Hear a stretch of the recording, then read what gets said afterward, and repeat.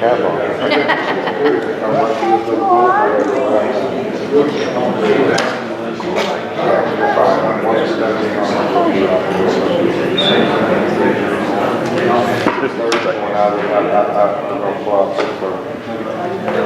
Good evening and welcome to the Carter County Courthouse. This is the People's House, and it's great and fitting that we can have each of you here tonight. The county that we live in is a great place to work, live, play, and raise a family. And the primary reason that is our people. Our people make it such a great place. And tonight, we're fortunate to have at least 3 individuals that we're going to recognize. We did have the 4th. Unfortunately, one person is not going to be able to be with us tonight. They'll reschedule that one for April meeting. And we hope to have considerably more folks here. I think it's of the utmost important we reach out to each of you that have made serious contributions, and especially our veterans and representing us on the foreign front as well as here at home to keep it a safe and livable place for us all. Tonight, the first honoree is a gentleman by the name of Earl Ellis Jr. Earl was born on March 12, 1923. He was one of 6 children in the family of Earl Ellis Sr. and Mary Lee Massengill Ellis. He grew up in Coon Hall, attended Kingburg Elementary School and Elizabethan High School. The school that he went to is now currently serving as the Masonic Dachshund Lodge number 328. I'm certain most of you are familiar with that or in that area. His uncle Brad Ellis was a bridge construction foreman for the Southern Railroad. His father was also an employee of the railroad. Therefore, when Earl finished high school, he likewise took a job there. During this time, those people that worked at the railroad were eliminated from the draft. Tokyo Rose was a name given by Allied troops in the South Pacific during World War II to all female English-speaking radio broadcasters of the Japanese propaganda. The programs were broadcast in the South Pacific and North America to demoralize Allied troops abroad and their families at home by emphasizing the troops' wartime difficulties and military losses. Several female broadcasters operated under different aliases and in different cities throughout the empire, including Tokyo, Manila, and Shanghai. The name Tokyo Rose was never actually used by any Japanese broadcaster, but it first appeared in U.S. newspapers in the context of these radio programs in 1943. I said that because in early May of 1942, Earl and other construction workers, after their shift, were listening to the radio. Tokyo Rose was broadcasting to the world that the Japanese, during the Battle of the Coral Sea, had sunk the U.S. Lexington, an aircraft carrier built for the United States Navy.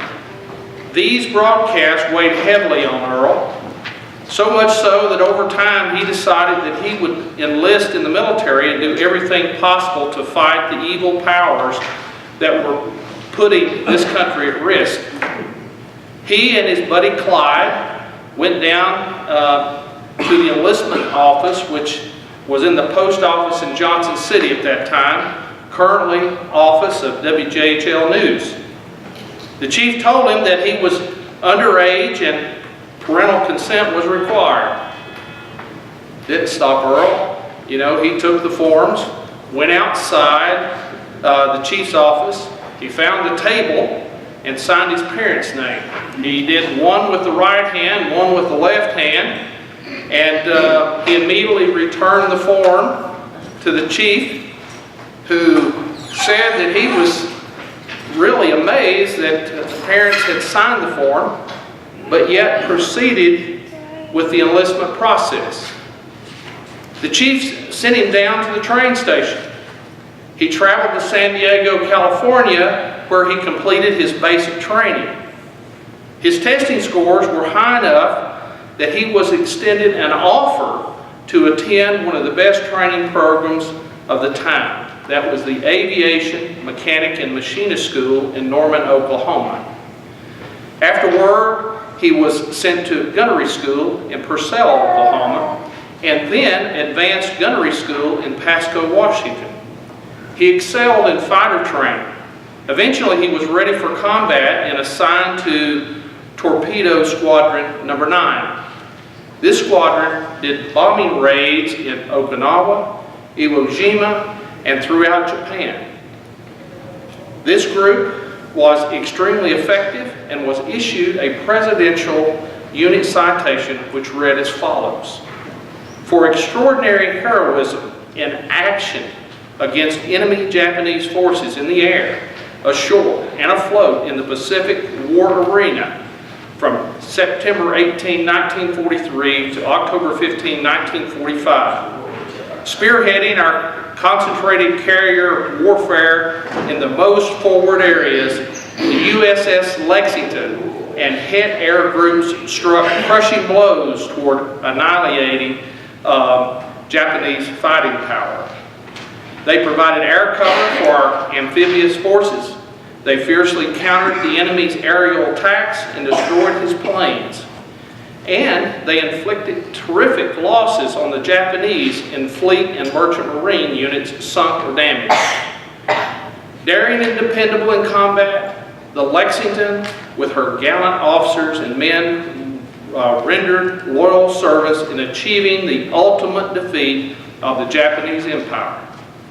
While on military leave in 1945, Earl was walking down the streets of Bristol, and that's when he heard the war was over.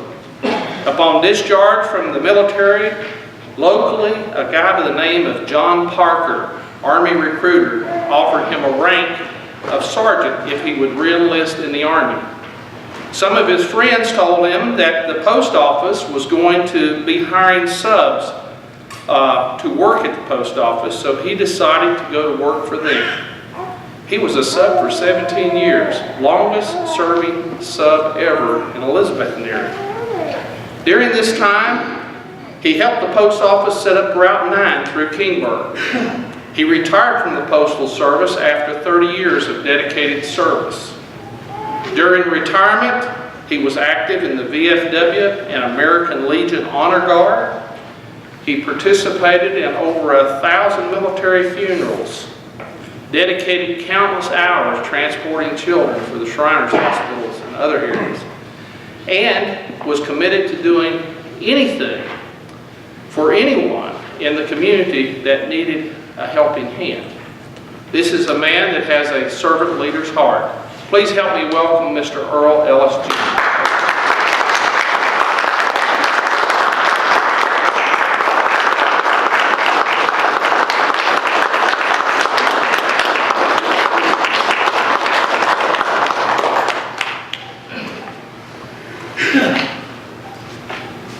Earl, just want to say thank you for your service in the military in World War II, defending our country and keeping us safe, and all that you've done for us here at home in Carter County, all your friends, family, and neighbor over the years. Thank you. This is a small token of appreciation for that service. Okay, let's turn around here a little. Well, dear folks, it'd take me a week to say what I want to say, and to thank you for how nice how things are going here. I just thank God. I'm going on 96 years old right now.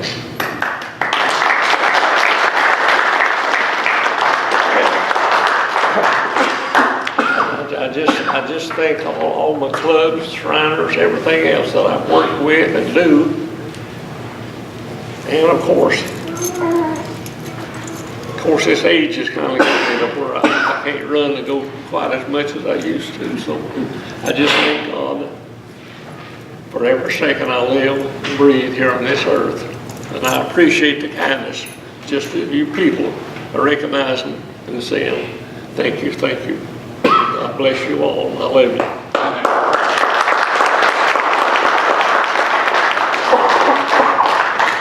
Here, Earl, let's look at this lady there. She wants to take a picture.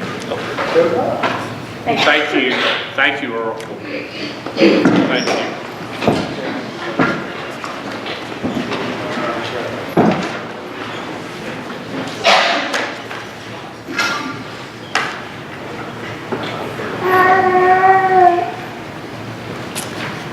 The late Todd W. McKeon was born on October 19, 1964 in Johnson City, Tennessee. He was a native of Carter County. As a child, he was active in the Cub Scouts and Little League. Todd was a 1983 graduate of Elizabethton High School. He was a member of the Cyclone football team, swimming team, and served as a lifeguard at the Franklin Club Pool. Todd was a 1988 graduate of East Tennessee State University. His coursework included a double major, engineering, technology, and criminal justice. He was a member of the National Honor Society. While attending ETSU, he went to school during the day and worked at night at the Sullivan County Sheriff's Department. He also completed an internship with the United States Marshal Service. Todd was a student in a federal training class in Burnsville, Georgia. While there, he proved to be an expert marksman in the basic training class that he achieved, the second highest score, missing first place by only 1 point. He finished first in the advanced class.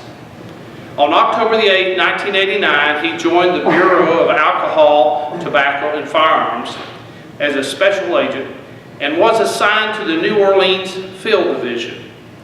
While serving there, he was issued 2 Special Act Awards for significant contributions to major investigations. These were in 1990 and 1991. Todd was a member of the United States Marine Corps Reserves, which was called to duty for Operation Desert Shield in November 1990. He served for 6 months. He achieved the rank of sergeant and was a sniper in the reconnaissance team. His team was inserted into Kuwait a few days before the ground war started. The actual start date of the war was pushed back. This resulted in his team being forced to survive on goat meat and anything else they could scrounge. On February 28, 1993, Special Agent McKeon, one of many specially trained and well-disciplined ATF agents from Dallas, Houston, and New Orleans field divisions, were assigned to execute federal warrants on the Branch Davidians. The Davidians had been alerted to the impending raid by a local postman. When the agents arrived, a shootout ensued. A long and difficult gunfight followed for over 2.5 hours. 4 ATF agents, including Todd McKeon, were killed. 20 ATF agents wounded, and 6 Davidians were also killed and 4 wounded from gunshots. A bridge on US 19E between Elizabethton and Johnson City, Tennessee, was dedicated in his honor.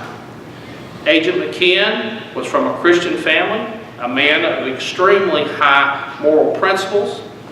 He was a man who always gave his best during the most challenging and difficult times, for he wanted to make this country a better place for us all.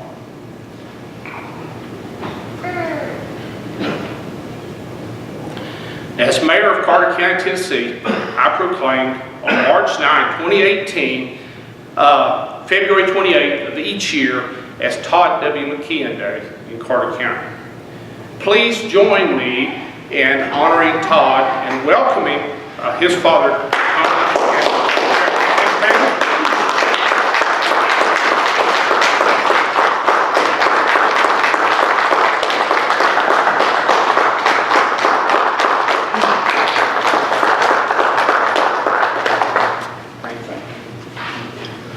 I'd like to present you this plaque for myself and the commission just as a small token of appreciation. Thank you very much. This keeps in line with the theme that was established on that day, the 28th, 1993. Never forget this day. And we are honored that you recognize Todd and the things that went on with the school last week. We're just real appreciative of all of that. And we're certainly thankful to all of you for your support and for the proclamation. And please never forget February the 28th, 1993, because that was one of the bloodiest days in law enforcement and one of the worst conflict since the Civil War in this land, our United States of America. And thank you once again. Love you. God bless you. And we believe in our Lord and Savior, Jesus Christ. Amen.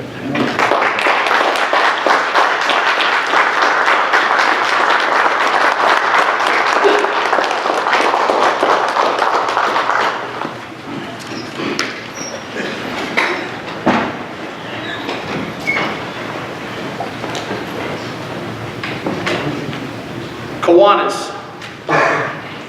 Kiwanis is a global organization that helps shelter the homeless, feed the hungry, mentor the disadvantaged, and care for the sick. They develop young leaders, build playgrounds, raise funds for pediatric research, and much, much more. No problem is too big or too small. Working together, their members achieve what one person cannot accomplish alone. When a child is given the chance to learn, dream, and succeed, great things happen. The mission. Kiwanis empowers communities to improve the world by making lasting differences in the lives of children. The vision. Kiwanis will be a positive influence in communities worldwide so that one day all children will wake up in communities that believe in them, nurture them, and provide the support they need to thrive. Service is at the heart of every Kiwanis club, no matter where in the world it's located. Members stage nearly 150,000 service projects and raise nearly $100 million every year for communities, families, and projects. A family of servant leaders. Kiwanis clubs focus on changing the world by serving children, one child and one community at a time. To reach more people and have a greater service impact on their communities, many clubs sponsor a Kiwanis Family Club.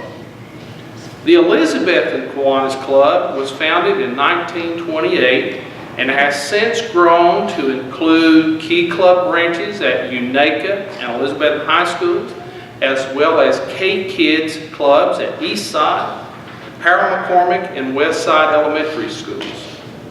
Gifts to the Kiwanis Children's Fund sustain the work of Kiwanis organizations worldwide. Since 1996, 26 members of the Elizabethan Club have been recognized for their service through donations of $1,000 per member. Also, the success from the group's work has been recognized at the state level.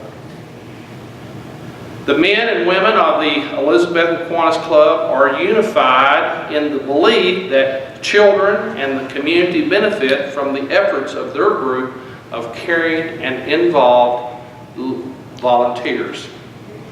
The Kiwanis Club of Elizabethan celebrated their 90th year of service on March 2nd, 2018. During that meeting, Tim Broyles was recognized as a 2018 George F. Hickson Fellow. On behalf of Carter County and the Carter County Commission, I'm honored to congratulate the Elizabethan Kiwanis Club in celebrating its 90th anniversary. This is an incredible milestone. Kiwanians have blessed our community, citizens, and children in so many ways and touched thousands of lives over the past 9 decades. Elizabethan and Carter County are forever in your debt. We pray that Kiwanis will always be part of our lives, and we look forward to many more anniversary celebrations. Please join me in honoring the Kiwanis.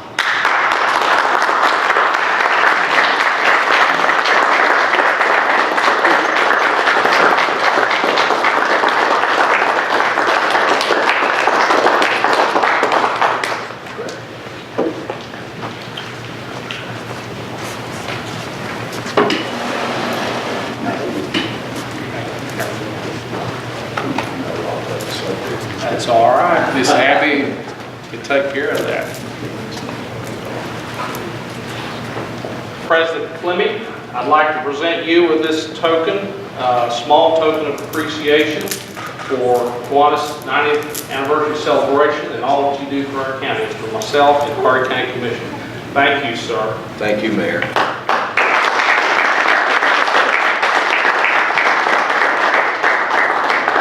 I can't summarize any better than the mayor's opening comments tonight. We're just fortunate to be in a great community with great leadership, but the people of this community make this community, and we appreciate their support through Kiwanis, through all the different efforts in the community. Appreciate you all for this recognition. Thank you so much. We'll hope to be back in 10 years for our 100th anniversary. Maybe 5. No, we don't have to make 10. No. Okay, we'll do that. Thank you all so much. This is such a nice recognition.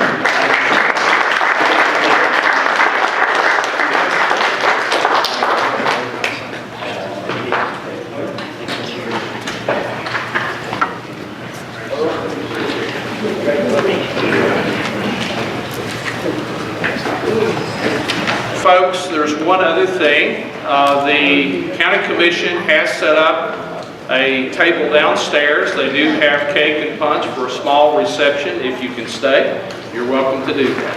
So thank you for coming, and we appreciate each and every one of you. Thank you for doing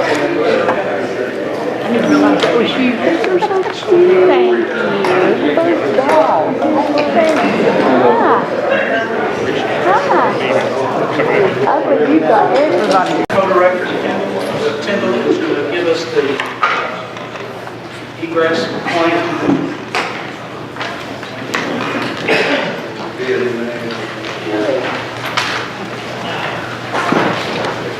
On behalf of the Carter County Emergency Management Office, we welcome our visitors tonight. A few safety items to remind you of. Also, reminder of our bathrooms at the end of the hall. They are handicap accessible for male and female. Our elevator is at the end of the hall also for people who have trouble walking up the steps. We do have an elevator. If there is an emergency, remember that Carter County does have a 911 service.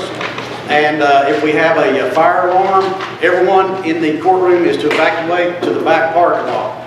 The fire trucks will be responding to the front. They don't want anybody in the front because they'll be working out the front of the road here. They want everyone to respond to the back parking lot. We will exit towards the monument down the steps and meet in the back parking lot. And also, no smoking. Our policy here at the courthouse is no smoking except in your personal vehicle. Thank you. Thank you. And it's Billy here on 10%. Mine is somewhere else. Madam Clerk, will you call the roll, please?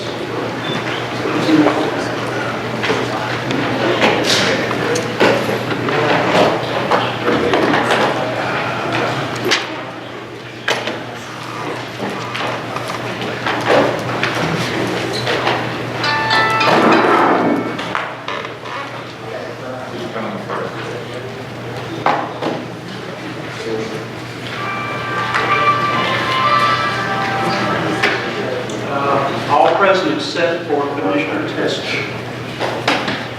We mark that as before we approve the agenda tonight, I think those commissioners here, obviously, you got emails from me this weekend, but those of you in the gallery. Also, we try to change a little bit of the order. Anytime that there is a vote that is taken, those items will be moved up in the agenda. So that's in favor for you, so that you get to stay with us or see how your commission votes things up or down. We like to do everything in the open, and it's also for the press that usually has to leave us before we conclude this session. So just bear with us tonight as we try to implement this new order of business. For those of you that picked up agendas, the commissioners already know this.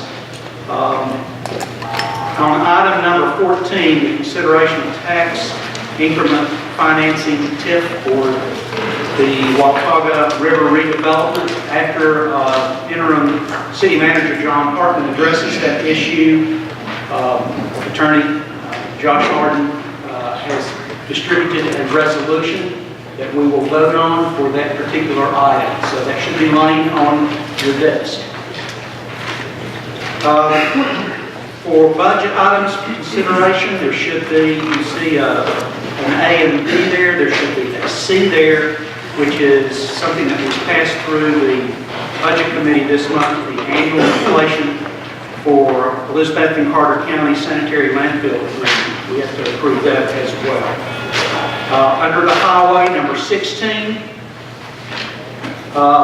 you should have 3 items there, or add 3 items. The Old Mountain Road renaming, a road adoption of Hidden Oak Lane, and Commissioner Hills has asked that we put also on the agenda, and he will start that discussion for ADA compliance issues. Commissioner Grindstaff reminded me that I left something off that came to me, and I apologize. So after the Highway Committee items, we'll look at the building and grounds. They have a Highway Department demolition issue on the Sluder property that was donated to the county. And Commissioner Grindstaff will talk about that. So are there any questions about the agenda? Everybody straight? Okay, then I need a motion to approve the agenda. Commissioner Jenkins, second by Commissioner Ward. Madam Clerk, please call the roll.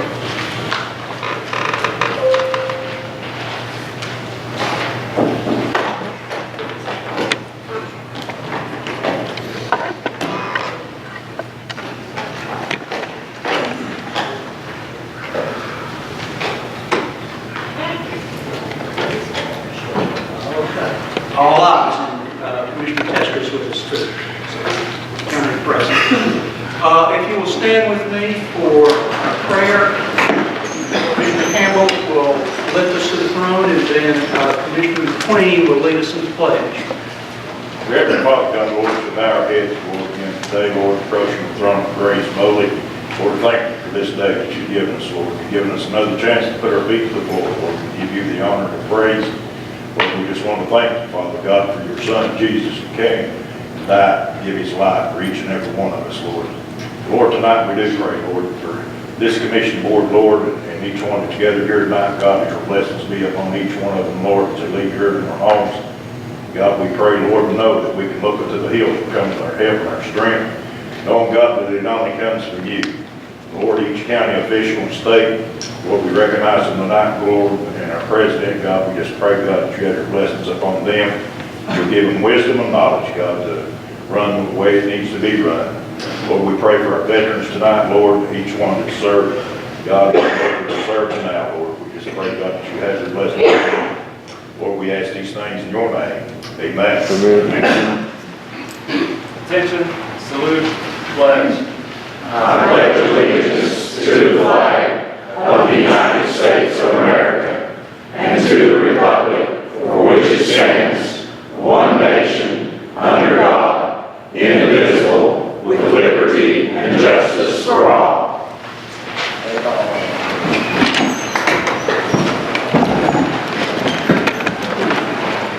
At this point in our agenda, we want to recognize our elected officials. We're elected official in Carter County. Would you please stand so we can recognize you, Superintendent?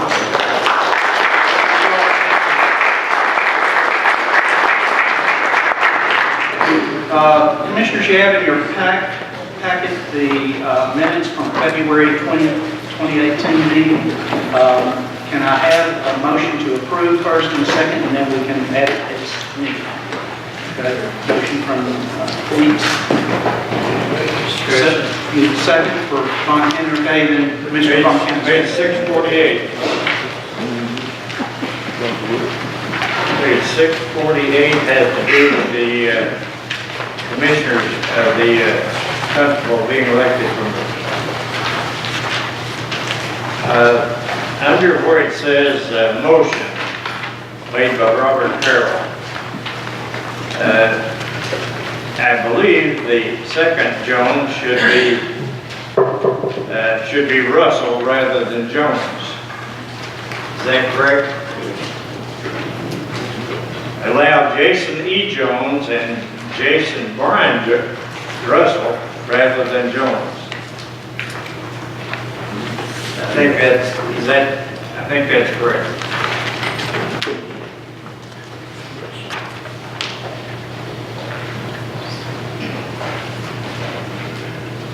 think you're correct, Mr. Von Kenner. So noted. Any other corrections? Commissioner Dix. Page 647, at the bottom of the page, it's got voting for Russell, and he received 7 votes and 1's been left off. So I think that's Kevin Hall. Yeah, the clerk has noted that. Okay, all right. Commissioner Garland. 648 also, it's got me at the bottom of the list, is absent on the, I guess, to bring you guys back up here. I know before I passed on the first couple, so I was here on that, and I will vote against.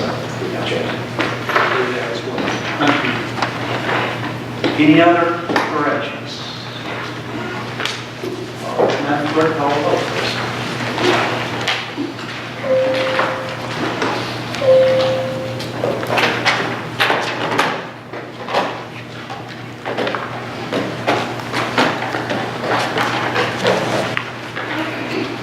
All ayes. Next on our agenda is our portion of public comments. Let me make a statement about public comments this evening. We will hold it in 5 minutes. I know that there are several people who have either texted me or called me over the last few days that want to speak. If you're here with a number of folks and you're going to talk about the same issue, I would request that you have 1 or 2 spokespeople address us from the podium.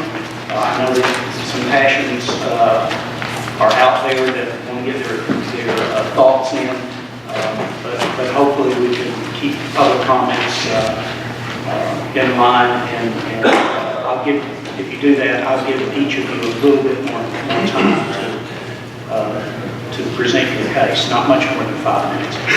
First, I will recognize Commissioner Von Cannon, who has a matter of concern from one of his constituents that had to go to Duke Hospital. Thank you, Mr. Chairman. What started out as a one constituent calling me and saying that his wife was transferred to Duke Hospital, and he wanted to speak tonight concerning the access point under or near the Schmalling Bridge. I have a copy of the preliminary bridge, and the design is beautiful. It does cut out the curves on both sides of the ridge, or the river. For points of reference, the Watauga River at the bridge runs east and west. The south side of the bridge, there will be a little bit of right-of-way to be acquired from a gentleman that's here tonight. Would you indicate what your thinking is about the bridge? Are you in favor of selling the right-of-way? Of the bridge? Yes. On your side, the south side? On the bridge. And your name for the record is? Brian Whitten. On the north side of the bridge, where the problem lies, I guess. The gentleman had done his research. He had called all kinds of people, and Jay McClellan and the assistant commissioner in Nashville, Tommy Whitehead in Rogersville, and here's what he came up with. The land that the north abutment is owned by LeSueur, very small amount of land. To get to the river in the proximity of the bridge, you would have to go through a campground owned by Mr. Lyles and his family out of, I think, Georgia, but he may correct me on that. Because the steepness of the bank will not allow you to go anywhere near underneath the bridge or even close to the bridge based on the steepness of the incline. So you would have to go through the campground to get to the river. Mr. Lyles, we've talked about the amount of land for parking that would be necessary. I know at the Blevins Road entrance to the river, the acreage is roughly 3/4 of an acre, and it will accommodate about 16 trucks or vehicles pulling their trailers. So let's assume that you're talking about 3/4 of an acre, Mr. Lyles, plus entrance, roadway entrance into the to the river. Are you interested in doing this? No, sir, we're not. The answer is no. The answer is no. So I don't know what we're going to do when we come to vote on the issue. I would think that's a moot point. Mr. Troy McInturf is downriver just from the cabins. Are you in favor of this, Mr. McInturf? No, sir. No, sir. Any particular reason? Well, we just don't need one down there for all the things that we have to. Well, here's what Mr. McGee tells me at the Blevins Road exit, or the entrance to the river. The TWRA does not provide maintenance. They don't even provide garbage pickup. That's done by the county as a freebie. They provide nobody there to police. There is a guy by the name of Robert Mitchell that comes every day from Johnson City, every day, and does pickup on his own, and with no compensation whatever. If my 5 minutes isn't up, I'll think of something to say. But thank you, gentlemen, for coming. And I would say, in my own case, speaking as a commissioner, the idea of the entrance to the river under the Bristol Bridge is fantastic. You've got maybe a foot or two between the water level and the gravel area there. Maybe not be enough parking, but it's certainly a fitting place to access the river. The Smalling Bridge possibility, even if you wanted to sell, is a bad idea. Thank you. Thank you, Commissioner. Those in the public wishing to address the commission can stand and be recognized and approach the podium. Make sure you give your name. Chris Little.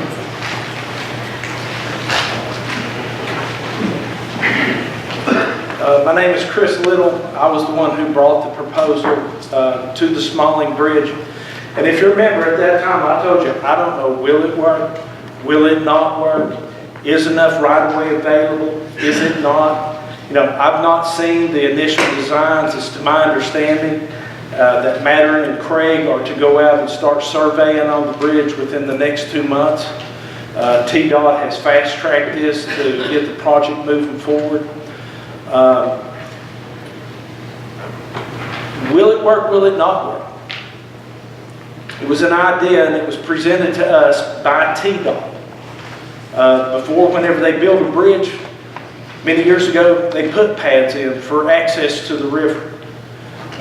Over the last administration, they stopped. They are now reinstituting that policy. You know, it'd been nice if we'd have had access ramp over in Siam at the new bridge over there. It didn't happen. Not going to happen now because it takes more money. You have to go back in and redo all the permits, all the access, all of that. While the bridge is being built, all those access and permits will be done with it. You know, all I'm saying is give the engineers and stuff a chance and look at it and see if it's possible. You know, you can present the resolution, and if it's not there, it's not there. But talking with people at TWRA, they told me that they actually like the idea because at the beginning of the trophy trout section, for people who are coming down, that gives them an exit to get out. The rules are totally different in the trophy trout section. I've been told that you can't have sandwiches, you can't have food, you can't have anything like that in your boat at that point. So that would give people a chance to get out. TWRA, Bart Carter, told me that if something went in down there, he said that the trophy trout section, they had heard complaints that it had not been viable lately. You know, that the fishing was not good. That if they had more access, that they would stock it more. Or they would at least attempt to and look at it and see what's going on to affect the fishing in that area. There was rumors that rafts would destroy the fishing. That is absolutely false. You know, we see what the rafts do in the upper end, and actually talking to a couple of the trout fishermen, they tell me that the fishing on the upper end, where the rafts and everything are, is actually right now better than the lower section. You know, it comes down to economic development. We bring more trout fishermen in here, they spend $100 a day, that's going to help the guides and stuff. You know, I know there's some concern about one lower area, and I can see Mr. Lilly's position. I mean, that's right in his backyard. But I would also say, you know, you're sitting on a gold mine. Because while you've got those trout fishermen out fishing, sir, I would get a van and I'd get their wife and kids and I would put them in a raft and I would put in at Little Wilbur. I'd involve the whole family. Because when you look narrow, sometimes you don't see the whole picture. And you are setting, I'll buy it from you tomorrow if you'll sell it. Because it's a very good piece of property. I knew Larry Veranda did that. And Larry did a lot of work and a lot of effort there. You know, I would hope that you would see this as actually a positive because it puts you right at the ramp. It gives people bringing in, you know, I see a lot of advantages for you there. I also see it as a way to get some of the other boats off the river. Maybe they'll want to go from the Highway 400 just down to that area and get out. So, you know, the key is not having everybody go this section or this section. The key to spreading out the fishermen is some do this, some do this, some do this, and some do this. You know, let them spread it out. They'll find honey holes and stuff that they like. Other areas they'll find that they don't like. The trophy trout section, very well known. But, you know, from what I hear, it went down in the last few years. But we need to look at the possibility. And if the state comes in and says, this won't work, then it won't work. I don't know. I'm not an engineer. I'm just part of a think tank that tries to look at ways to improve our county because, God, people, we need it. You know, we need access. We need the Whitewater Park. We need the Highway 400. We need the thing at Hampton. We need to go to Elk Mills. You know, the upper Elk River has some of the best white water in the nation. And we've got nothing up there. We need to work with the citizens and talk somebody into putting a campground and a little exit point so that the kayakers can get up there and use that. These people spend over $100 a day every day they're in here. You know, you bring in 40 fishermen, that's $4,000 that comes in here that goes into the local budget. You know, when he buys a new truck, maybe he goes over to Grindstaff's and buys it. Maybe he goes to Food City and buys groceries. But those people do spend money here. And everything that we can do that can promote it, we need to do. We need to look at little things. 5 people here, 10 people here, 15 people here. Now that's our hotel. We've got the people staying over in our hotels, stay over a couple of days to spend more money while they're here. And that was the only reason we came up with this. And I've never thought of it in a million years. And the guy with T-Dot, he actually stopped our meeting. He stopped our meeting and said, have y'all thought about Smalling Bridge? We're getting ready to start bidding on this and to put it out. And right now is the time to start looking at putting a ramp at Smalling Bridge. Because if you do it later, it will not happen. You have to get the funding in place up front, but you also have to get the permits. And let the engineers, while they're there, design a ramp. So that's all I've got to say, and it's nothing against Mr. Leesby. If you want to say it, let me know, please. Commissioner Hill, you have a question? Yeah, well, it's more of a statement, really. It's called a park and float. They're putting these things in all over the state, and I've never experienced this since I've been in this seat as the chairman of the Highway Committee. But TDOT and TWRA asked us to ask them to conduct these studies to see if it was feasible. It's a very reasonable request. That's all I have. Thank you, Mr. Little. Okay, thank you. It's just, we're just trying to look at little pieces of progress. Any other questions or comments? No. Thank you, sir. Appreciate that. Who else wants to address this evening? You should have vetted it. Just make sure you state your name, please, for the clerk record. My name is Brian Ridley. My father owns Water River Cabins at 720 Smalling Road, which is on the left side of the bridge there. We're okay with the bridge itself. I think it'd be a great idea, but I don't know that I'm in favor of the ramp for fear it would bring a lot of pollution to the area, trash, people hanging out. Right now we've got 5 cabins, and my dad has spent about the last 12 years developing that property, and we've got a great little business there, a lot of repeat business. They come there for the peace and quiet, property. And I think if there's 30 people across the way fishing, causing music going on, trash, drinking beer, hanging out, it's not going to be the same place at all. But I just found out about this tonight before this meeting. I just would like to know more about it before much more went on. Any questions, comments? Thank you, sir. Next to the rest, please.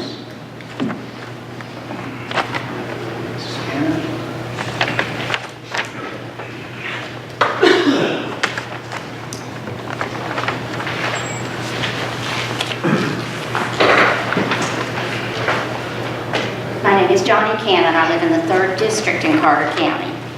And I come here tonight to, unfortunately, speak to an issue that I thought a lot of us felt like was behind us. That on March the 9th, our mayor opened up this subject again. He did an interview with Curtis McLeod on WJHL, and in that interview, the mayor made some pretty inflammatory statements and accusations again about our staff at the animal shelter. And I think we need some answers to some of the questions that were raised in that interview. He said, and I quote, "Trafficking is a multi-million-dollar business, and Carter County is part of that, right, wrong, or indifferent. We know that happened here," unquote. He's referring to animal trafficking. Now, really, if we had 10,000 dogs in Carter County, which we may, if every one of them got stolen and sold for $100, if my math is right, that's $1 million. So I want to know, because I might want to get involved in this multi-million-dollar animal trafficking business. We need to know the sources for his information and the statements that he made about this $1 million business in Carter County. WJHL reporter Curtis McLeod stated in his report, and I quote him, "District Attorney General Tony Clark says his office does not have an open investigation into the animal shelter centered on trafficking. He says these allegations were made by Mayor Humphrey and addressed during a recent comptroller audit and investigation, and that investigation did not reveal any trafficking had taken place at the shelter." So, is the mayor right, or is Mr. Clark right? The mayor needs to tell us why he continues to make these unsubstantiated allegations when the state of Tennessee did not find any trafficking at the Carter County Animal Shelter. Again, where is the source and where is the proof? The WJHL reporter led his story with the statement that one person's dogs ended up for sale in another state. The truth is, when those dogs were picked up after some considerable cleanup, they were transferred to a rescue organization in another state and legally adopted by their new owner. But the WJHL reporter was put in touch with a young lady named Kimberly Buckles, who made these statements in the news broadcast. She believes that someone took those dogs from her father's house in Carter County after complaints were made to the animal shelter that she was mistreating them. Ms. Buckles spoke to us about the allegations over FaceTime from her home in Middle Tennessee, and she was in the report. My dogs were very well taken care of, you know, very healthy, fed, well fed, all of that. And a month later, during the 2016 Memorial Day weekend, Buckles claims her dogs were taken. You know, somebody walked into my dad's yard, opened the gate, and took my dogs and made false accusations. These are pictures of the well-groomed, well-fed, well-taken care of dogs that were picked up in the road in a storm. This is one of the dog's eyes. They had rotting flesh. Over 2.5 pounds of matted hair was shaved off of these dogs by the current shelter director when they were brought in. They were brought in when they were picked up by an animal control officer in the road in a storm after several calls that people were having to stop and drive around them up in the Powder Ranch area. This is one of the dogs after it was groomed, and that's the hair that was removed. So I'm not real sure about the well-groomed, well-fed, well-taken care of. 2.5 pounds came off of them, and after that they weighed about 8 pounds each.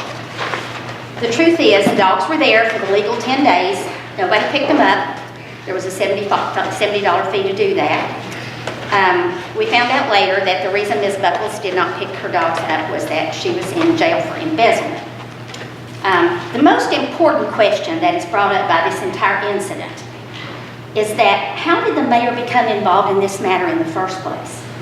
Who contacted him? Why was he asked to go to court in Virginia and testify under oath in his capacity as the mayor of this county and say that these dogs were stolen and were well taken care of when they were stolen? When he traveled on March 22nd to testify in court in Wise County, was he using county resources? Was he on county time? Or did he take personal leave? Because our information says that he testified in his capacity as mayor.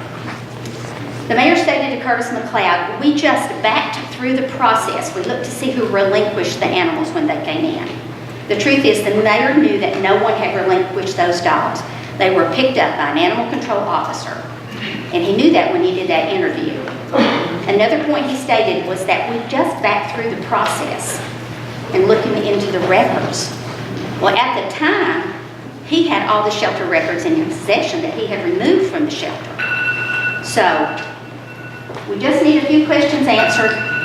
The reporter says that Mayor Umphrey says it's possible more people will come forward with cases of animal trafficking. And I want to know if it's his intention to continue with this, because I think like all of us, we'd like to put it behind us. Thank you.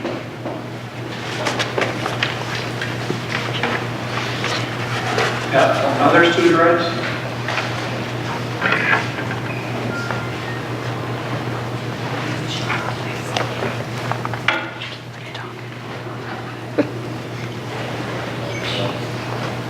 Ms. McCann, I'm assuming you're going to I wasn't sure if she was speaking. Sorry. Just making sure it's going to be my turn. Robin McCaney for the records.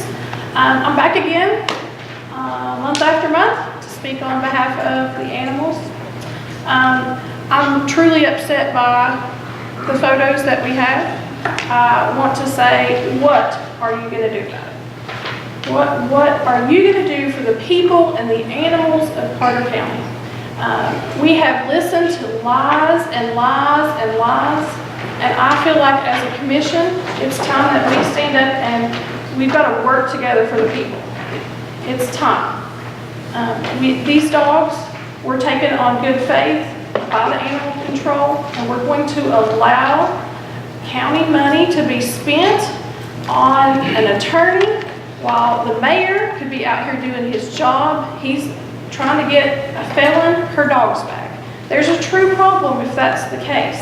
And I would ask that if you would, you need to look into that. He needs to be questioned. Why is that happening? Why is there a WJHL video out there saying that these dogs deserve to go back to a felon who allowed these dogs to be out in the rain? People drove by these dogs constantly. People, well-known people, business people of the community that were very concerned about these dogs. And it breaks my heart that we would even consider giving these dogs back. And that it came to the point that it's now a court case in Virginia. And we are traveling. The shelter staff has been subpoenaed. It's just ridiculous that we would even consider letting this happen. You know, there was nobody there for that dog that day when it was headed to LMU to be fixed, and it overheated. And the mayor didn't care enough to get a vet to see what was wrong with the dog. That dog didn't make it. So are you going to be responsible for allowing this to happen, for them to give these dogs back and it not happen? We still don't have all the records back to the shelter after there were 2 letters sent by Josh Harden requesting those to be returned. There are freezers still not accounted for. And it's funny to me that the mayor himself has asked over and over for things from the shelter, demanding if it's government property, you can't even give out a bag of dog food because it's government property. They would rather throw it away than feed it to a feral cat. But yet we can't answer where those freezers went. That was government property. I would like to say that it's time. It's time we stand up. It's time we do something. There are so many, it's not just the animals, it's the people. We have homeless people out here dying. We have animals out here dying. Are we going to continue to let this happen? Why is the hard drive not being returned? Is anybody besides me questioning that? Could there be things on that hard drive that we need to see? Maybe we need to hear? You know, there was a raise given while the secretary was there working. That hard drive was running the cameras down there. Anybody ever thought about what could have been happening behind closed doors? I would ask you, this is your job to represent the people and the animals of Carter County. They need you. So, Leon Humphreys put this county in a situation to where you could be under a lawsuit. We could lose lots of money that could be spent to help the animals, to help the homeless. And I would ask that you stand up for the people of your district and you vote no confidence in our mayor. Thank you. Any others wishing to address? Mr. Livingston.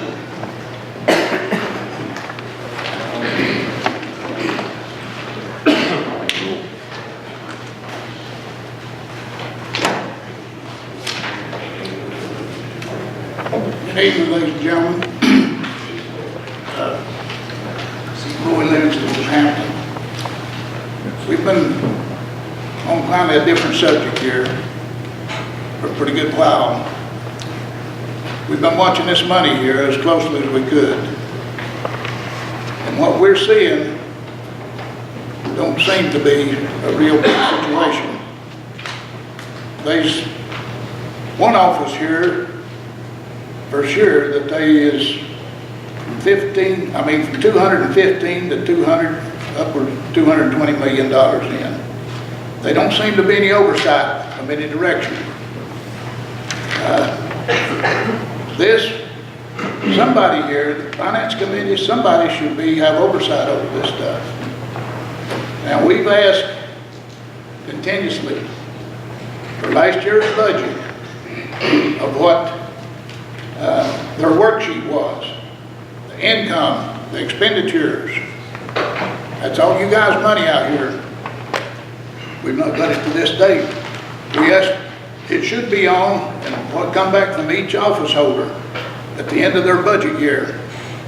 It should be on no more than one sheet of paper, 2 sheets of paper for each office holder, and a couple of sheets with this other at the most. Right here is what we got. You find it. That's the way they treat us. They tell us, we can get in there and dig it out. Hey, if we can do this, we can be the financial director. We can be anybody. The commissioners, this is what they give them too. They have to get in there and dig it. But It'd take the commissioner 12, 14 hours a day, 7 days a week here to go through all this stuff that they're throwing at them. You gotta give them credit where there's credit due. But somebody has got to stand up here and do something about this budget deal. Because last year, they raised your taxes 4 cents, okay? It appears from what we've gathered and what we've looked at, there's over $1 million of income that was not figured in on this. And a budget is set by income and expenditures. Now, they should have cut our taxes from what we can gather, from what it appears to be, at least 10 to 12 cents, not raised them 4. But here we are, nobody's a trail in this thing.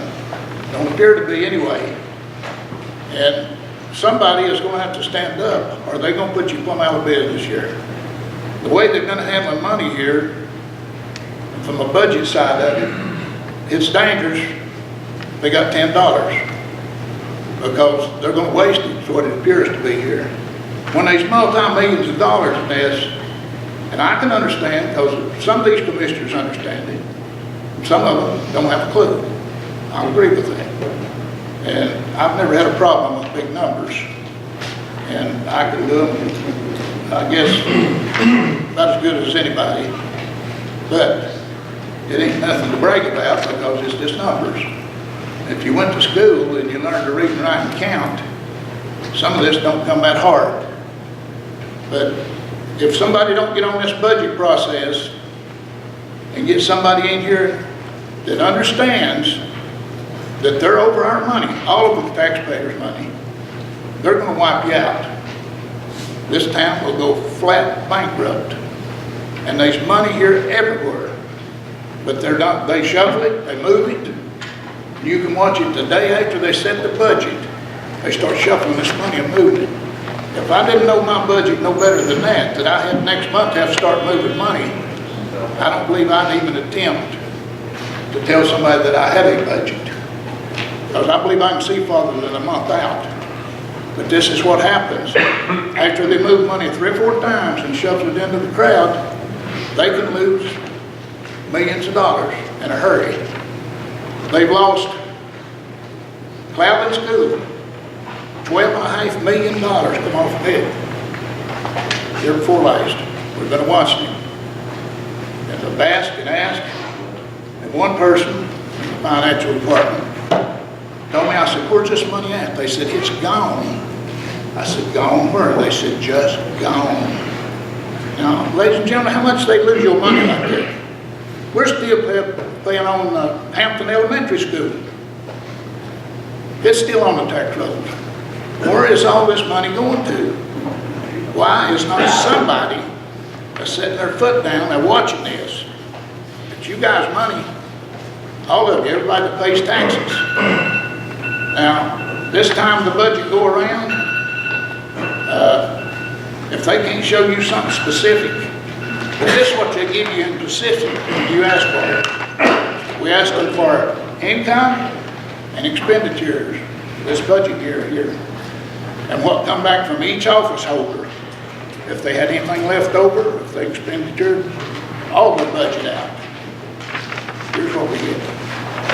5 minutes have expired. I mean, it's like a Sears Roebuck catalog, and you know, people that's got time. Anyone else wishing to address? Yes.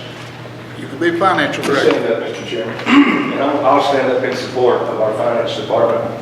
It's you and our finance director. I think everybody probably knows that she's just got a short time with us, about a week and a half left. And I'll just stand in support and tell her the great job that she has done for us. And I can say this as part of the budget committee for the last 3.5 years, part of this full board right here. Every county employee in here, every county office, that I'm sure anything that they've gone to her and asked her for, that she's been available and she's helped them out. And I want everybody to know what a great job she's done and helping us out.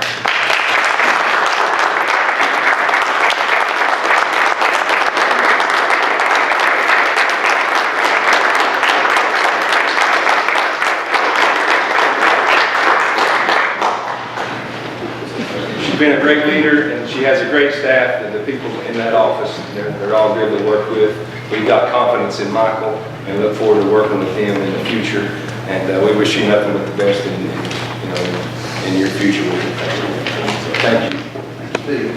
Commissioner Hill, did you have a comment? I was just standing in solidarity with my colleague right there. I made the request for those documents for Mr. Livingston to get some courtesy copies there.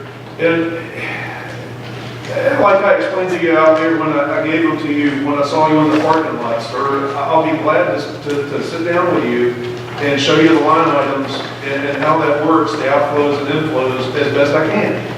And this business about the remainder money at the end of the year, you didn't request that of us last month. I'll be happy to make a request on your behalf for that as well. Thank you, sir. Thank you. Just for full disclosure, we didn't go up 4 pennies on the tax rate, only 2. So that needs to Just be. do that with general fund. Yes, you did. Any others to address? Mr. Mayor?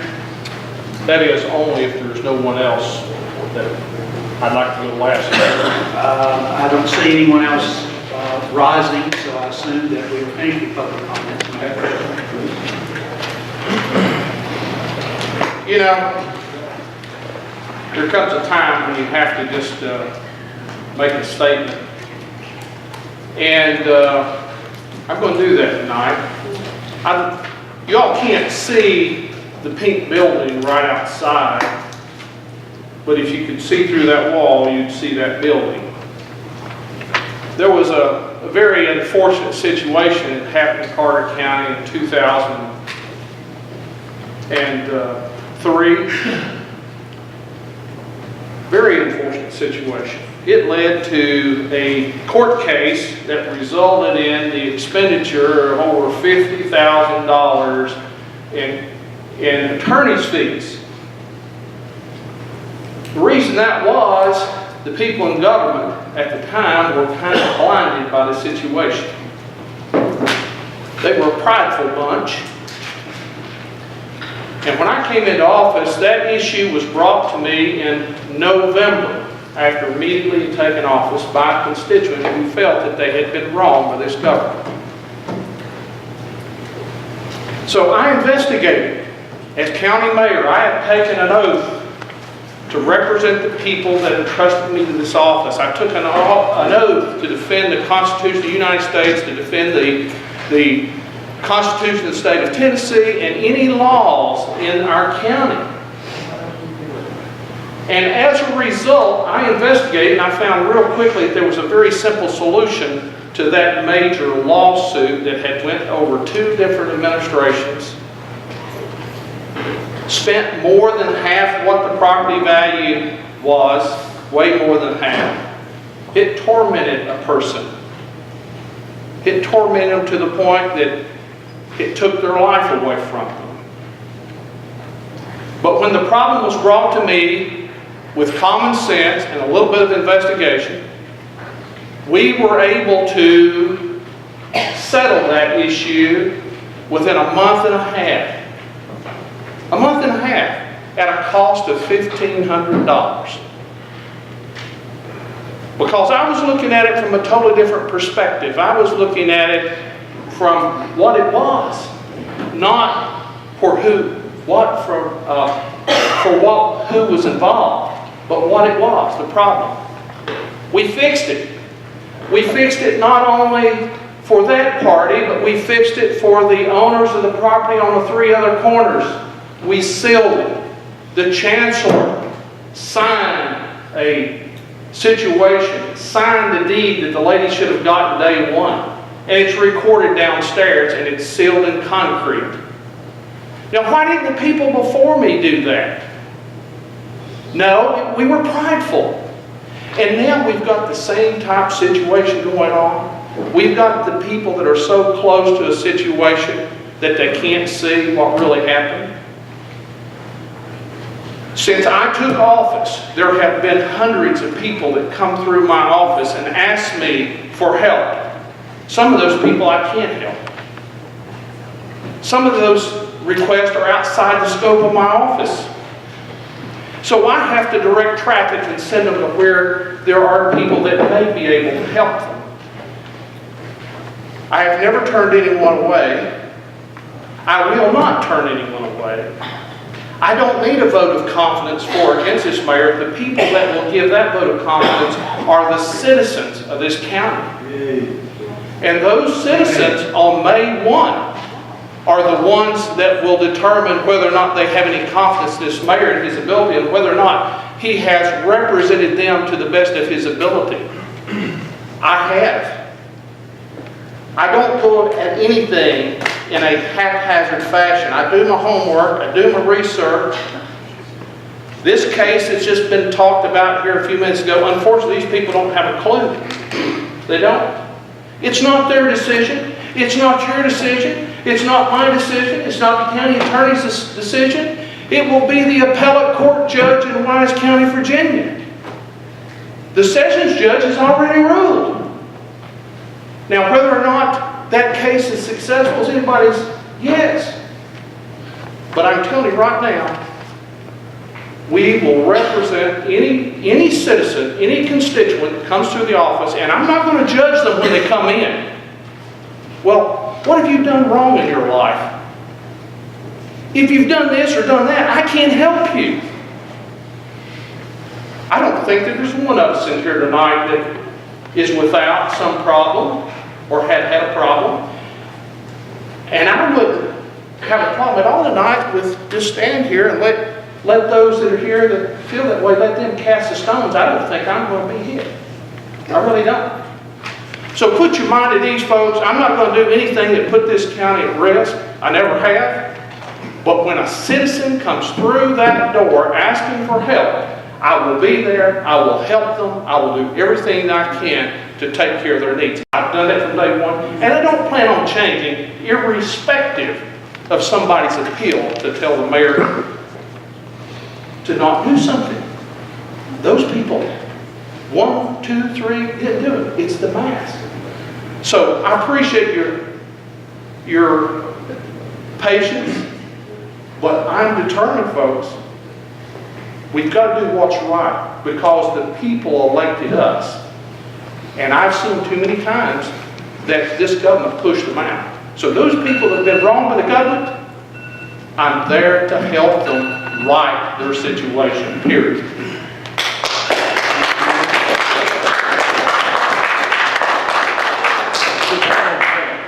Public comments are closed. Let's move on to notaries and bonds. Madam Clerk.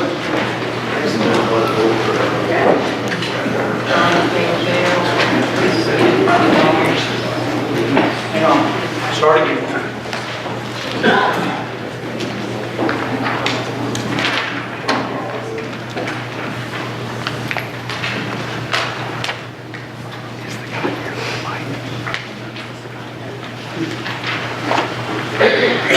John A. Merrill, Christy Long, Susan Renee, Evelyn Wilson, Gary D.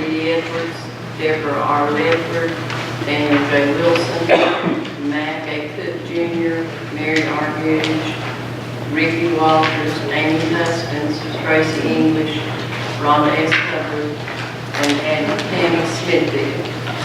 Motion to approve. Second.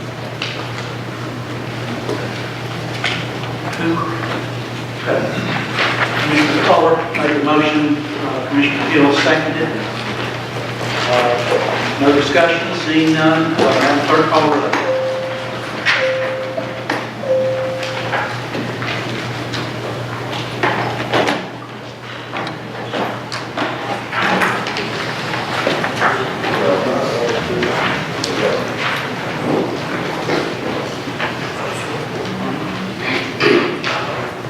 All ayes.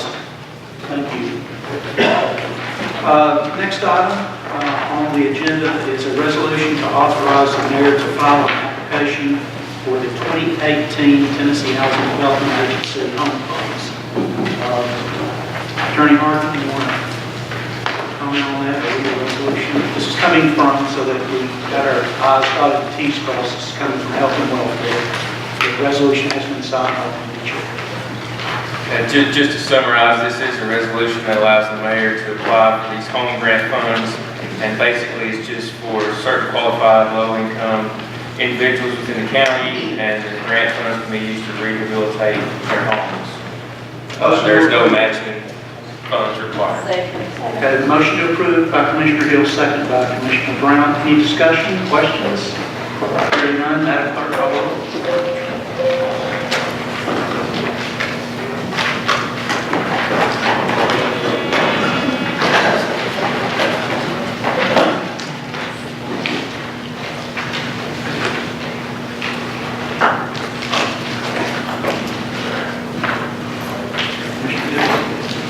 Okay, I think we're all, 23 ayes, 1 no, ayes have it, thank you. I feel that the next resolution may provide some discussion, so let's take 5 minutes for a recess, convene back at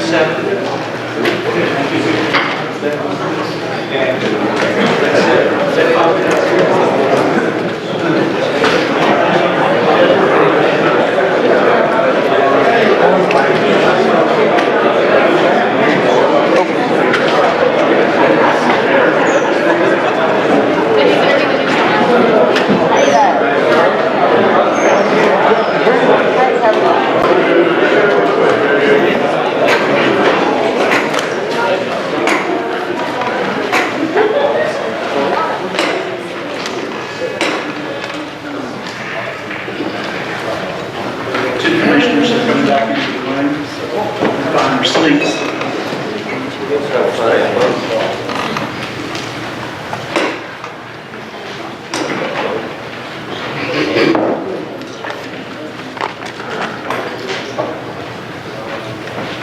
Chairman Acuff, I would like to apologize. My vote got recorded wrong on that last resolution. It popped up no. And it wouldn't look good with my name on the resolution and we voted no. It should have been a yes. If there's no objection from commission, we'll make that change. I had an abstain last month that mysteriously appeared, but Somehow, Commissioner Holden, we'll take care of that. Thank you. I apologize. It's okay, it happens. We're on item number 12. I'll wait till the attorney returns. It's a resolution requesting additional right-of-way engineering, design, and environmental reviews by TWRA and or TDOT. Attorney Harden. Okay, just to stick to the protocol there, I'll give you a summary unless there's some desire that I read this. But basically, it's just to allow TDOT and TWRA to provide some extra engineering, design, environmental reviews that are already a part of the Smalling Bridge replacement design, and incorporate within that the ability to have access to Watauga River for a park and float ramp. My understanding is this was requested by TDOT and TWRA in a meeting. So this is just a request to ask them to do that. There's not necessarily any money, any additional money that's tied to it. It's just simply incorporating more work within what they're already doing, which ultimately we get refunded for the design work. Thank you. Is there a motion on the resolution? I'll move it. Commissioner Hill, saw you first. Commissioner Jenkins, second. Is there discussion on this resolution? Commissioner Carroll. If the folks who own the property there say they don't want it, and if they won't sell the property, is there a point in voting on this? Attorney Hart. Well, certainly it's the state constructing the bridge. They acquire the right-of-way, whatever portion is needed, and like it or not, there's a process by which they can require and get whatever right-of-way they need to construct that bridge. So if that's enough to encompass this, it's not going to necessarily matter. Correct. Other questions, comments? Mr. Von Cannon, I see you're fidgety there. I hope we're talking about the bridge. Yes, we are. Here's what I did find out. I found out that somebody here is talking to people at TWRA, that the gentleman doesn't even remember talking to someone about this. So I hope there's not any collusion involved here. But I did find out that they are considering very definitely a access point underneath the Watauga, City of Watauga Bridge and Railroad. So that's an access point they are considering. Other than that, all I got was, I don't know. So please bring us some proof that there was correspondence. And that's a good lesson for all of us. Telephone calls don't mean anything. You better get it right. Commissioner Ward, you had a comment you proposed to address? This was done, they did talk to us about this under the bridge, the 400 bridge. Are you speaking? Yes, I am speaking. Okay. Okay, I'm sorry. But they did talk to us. We did vet this. It was their request for us to do this. That's what you say. And this is just a study. You know, it's not costing the Carter County a penny to do this. But what would we gain from it? A lot. So you talk about economic development. Well, you're not attacking me. No, I was telling you what my constituents told me. I'm not. So don't look at me when you are telling me that I've got a problem. Okay, I will not look at you, sir. But this is it. If we're going to talk about economic development, then we need to talk about this land. We need to talk about getting access to that river, because there is people who want to use that river to come down the river and get out before they get to the trophy stream. People want to do these things. It's a good idea. This is just a study. It's nothing in concrete. It's just giving them permission to go ahead and go forward. Do you want to say that we're going to say, no, don't go forward, don't study anything for us, don't help us out any? You know, this is free. So why would we turn it down? It doesn't make any sense. It's not a moot point. Any other comments, discussion? Can I respond? Yes, sir. Always. We've got about 16 gentlemen, float guides. Drift boat guides is really what it is. It's not floated, drift boat guides that fish for trophy trout on the 8 miles between actually the bridge and the egress point at Watauga. Here's what they tell me. They were under the understanding that is a trophy trout stream set aside for these guides. Now they pay a pretty good fee every day in a license, and they bring people from North Carolina. One guy I was talking to Saturday, after this was brought to his attention by Mr. Jim McGee, he said that he's from Knoxville. Why would anybody, unless there was some trout in there, trophy trout, bring 2 people from Knoxville to fish the river? Now most of these people are from North Carolina. Here's what they tell me. You put us in there with it. And this is what he said, so don't blame me for this one. He said you put them in there with the kayaks, you put them in there with the float people that are on the big rafts, splashing and hollering and hooping, falling in the river, ha-ha, making a lot of noise. They tell me that trout are spooky. So that's their complaint, the 16 at least that I know of out in North Carolina. So if you want to damage that tourism aspect, then it's your option. I think you just proved my point. The access was to get people out of the river before they go down to the trout stream. So thank you. Commissioner Hill? Yes, sir. So I was requesting to come to the meeting prior to the Whitewater presentation at Bonnie Cave by gentlemen from TWRA and TDOT And Mr. Little, I don't remember their names. Can you tell me who those guys were right here? Mark Carter with TWRA, he's out of the Morristown office. Jerry Faust, TVA, he's out of the Knoxville office. Yeah, okay, so here's the thing. They asked me as highway chair, because it's the most closely related committee to a bridge replacement, if there was any intention or any interest, and apparently with the Ideas Group, there's a lot of interest in this type of thing. But he stated that this would be good for, they gave me a bullet list of things to ask for so that we could ask for them to do a study. The key word being study. This isn't committing to a bridge, this is just investigating to see if it's feasible, what it would hinder, what it would augment, that kind of thing.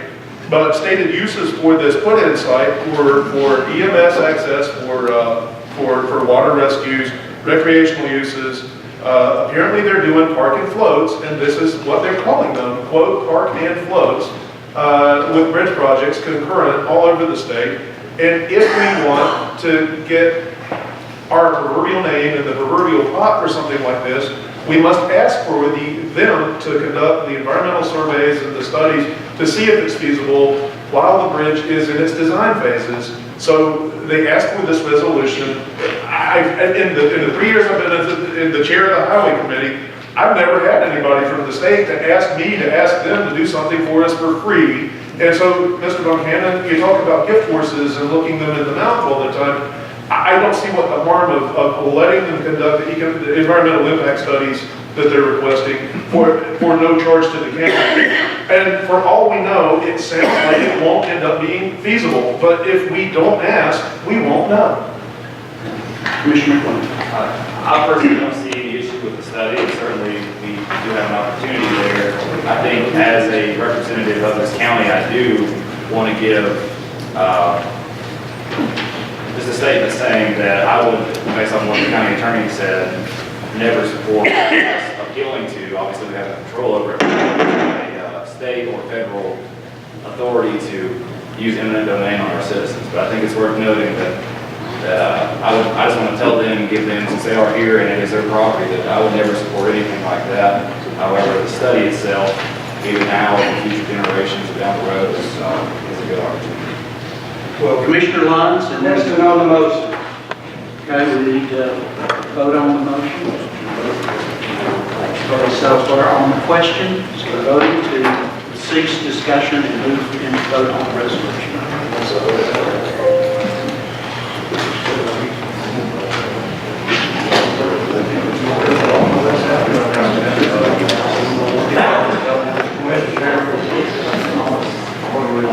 You're voting on the call of question, cease discussion, not on the resolution.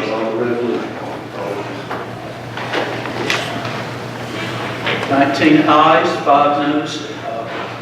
Discussion is closed. We move to the resolution. Vote on the resolution, yea or nay.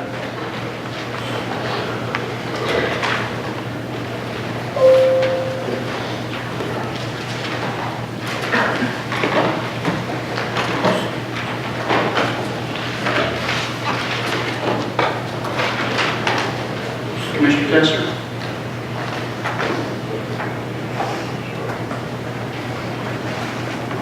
Twenty-one ayes, 2 noes, 1 abstention. Resolution passes. The item number 13 is a resolution asking the Tennessee General Assembly to investigate and reject legislation which places new financial obligations on county governments without funding and to specifically remove unfunded mandates of annual salary increases for certain elected and appointed county officials. Attorney Hartley.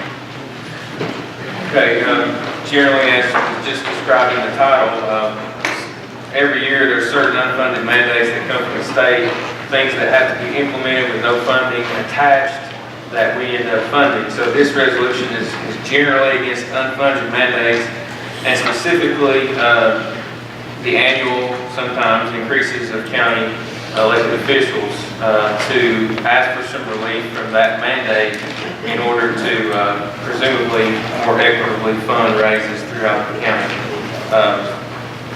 This resolution was brought before budget and passed through there, so it's presented here tonight. If there's any specific questions, I will answer. I'll make a motion on that. Okay. Commissioner Brown makes the motion, Commissioner Collar seconds. Is there discussion? Everybody understands what we're doing here. Commissioner Meehan?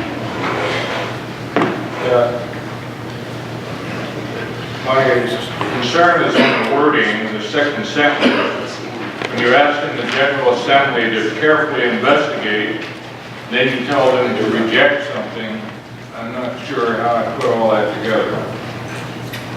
If they carefully investigated and found out that something had merit, why would they reject it?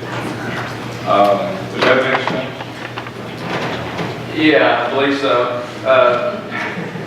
Basically, sir, it's to ask them to basically ferret out, investigate these bills which have layers upon layers upon layers of things, to find those that include unfunded mandates passed on to county government, and if so, to reject them. I would think the word reject would be better replaced by, it escaped me quickly. And,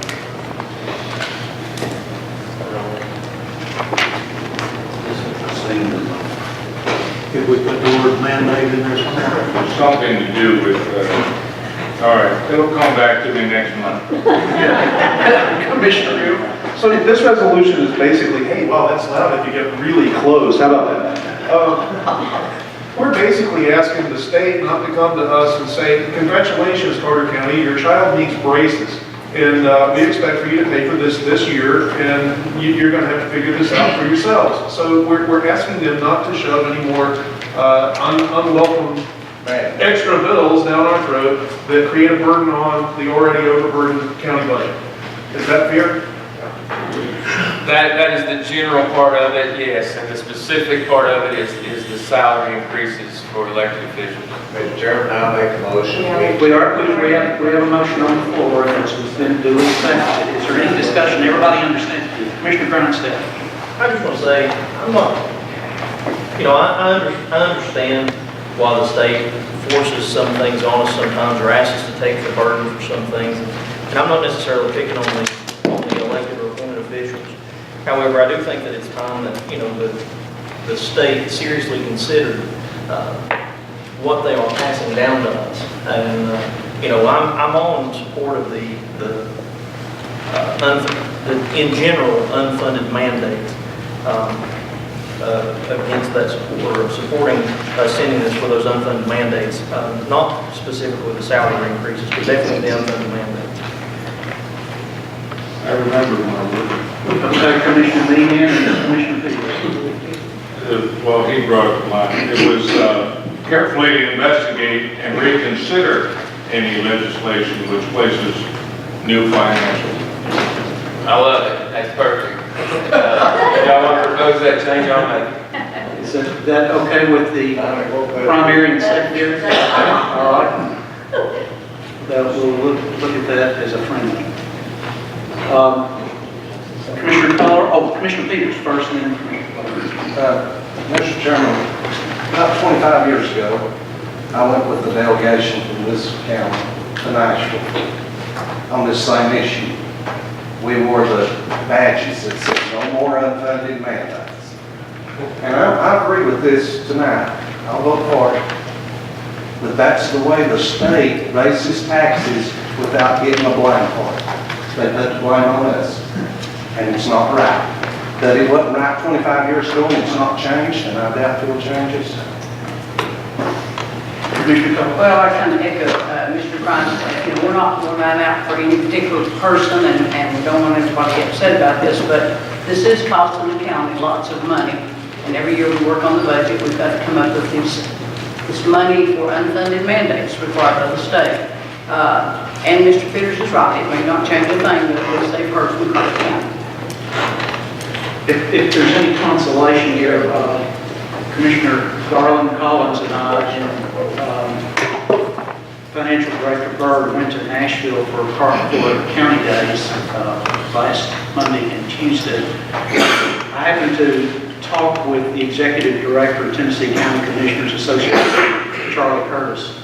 He agrees that this needs to be changed. They will support this motion. He said they'll work hard to make sure that the General Assembly look at it next year. He's had other counties make the same request. Just in the 16 years that I looked at, those salaries have gone up 145%. And the issues are, as Commissioner Lyons, who I totally support in regard to this, our people who do the most work, not to say that you elected officials don't, but the folks that stay with us year after year after year, we need to do a little bit better job of taking care of them, because I bet you over that same 16-year period, they probably have not seen 10 to 15% increase in their salary. Commissioner Lewis. Okay, now, we have to come across this other down. We elected people go to Nashville. We're hoping that these people got money.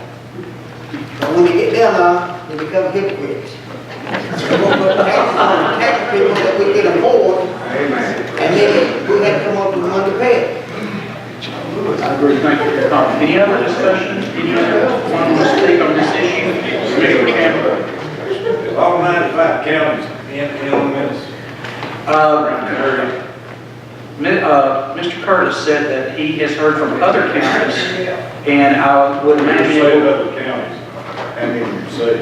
I don't know. I didn't get a number from him, but it won't make any difference in this session of the General Assembly. It will have to be put before the... I like the point official. I agree with that. You were Mr. Griffiths. Some business is not, good. Question on the motion. Okay. Question's been called. Vote on closing discussion, please. Question on the motion. Question on the motion. Call to cease discussion. Essentially what it does.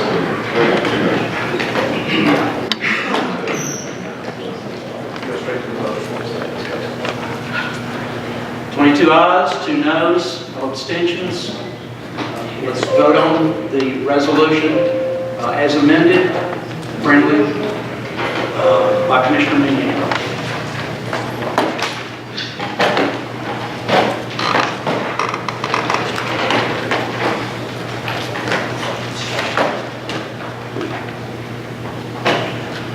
Motion Lewis. Well, no. The resolution.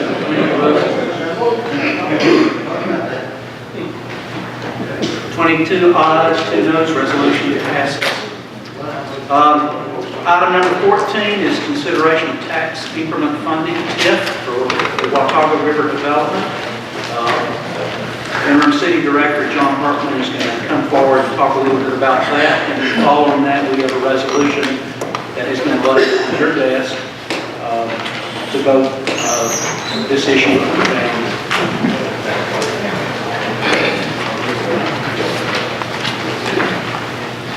Mr. Chairman, members of the Commission, I believe you have in your packet 2 documents that we are requesting the County Commission approve tonight.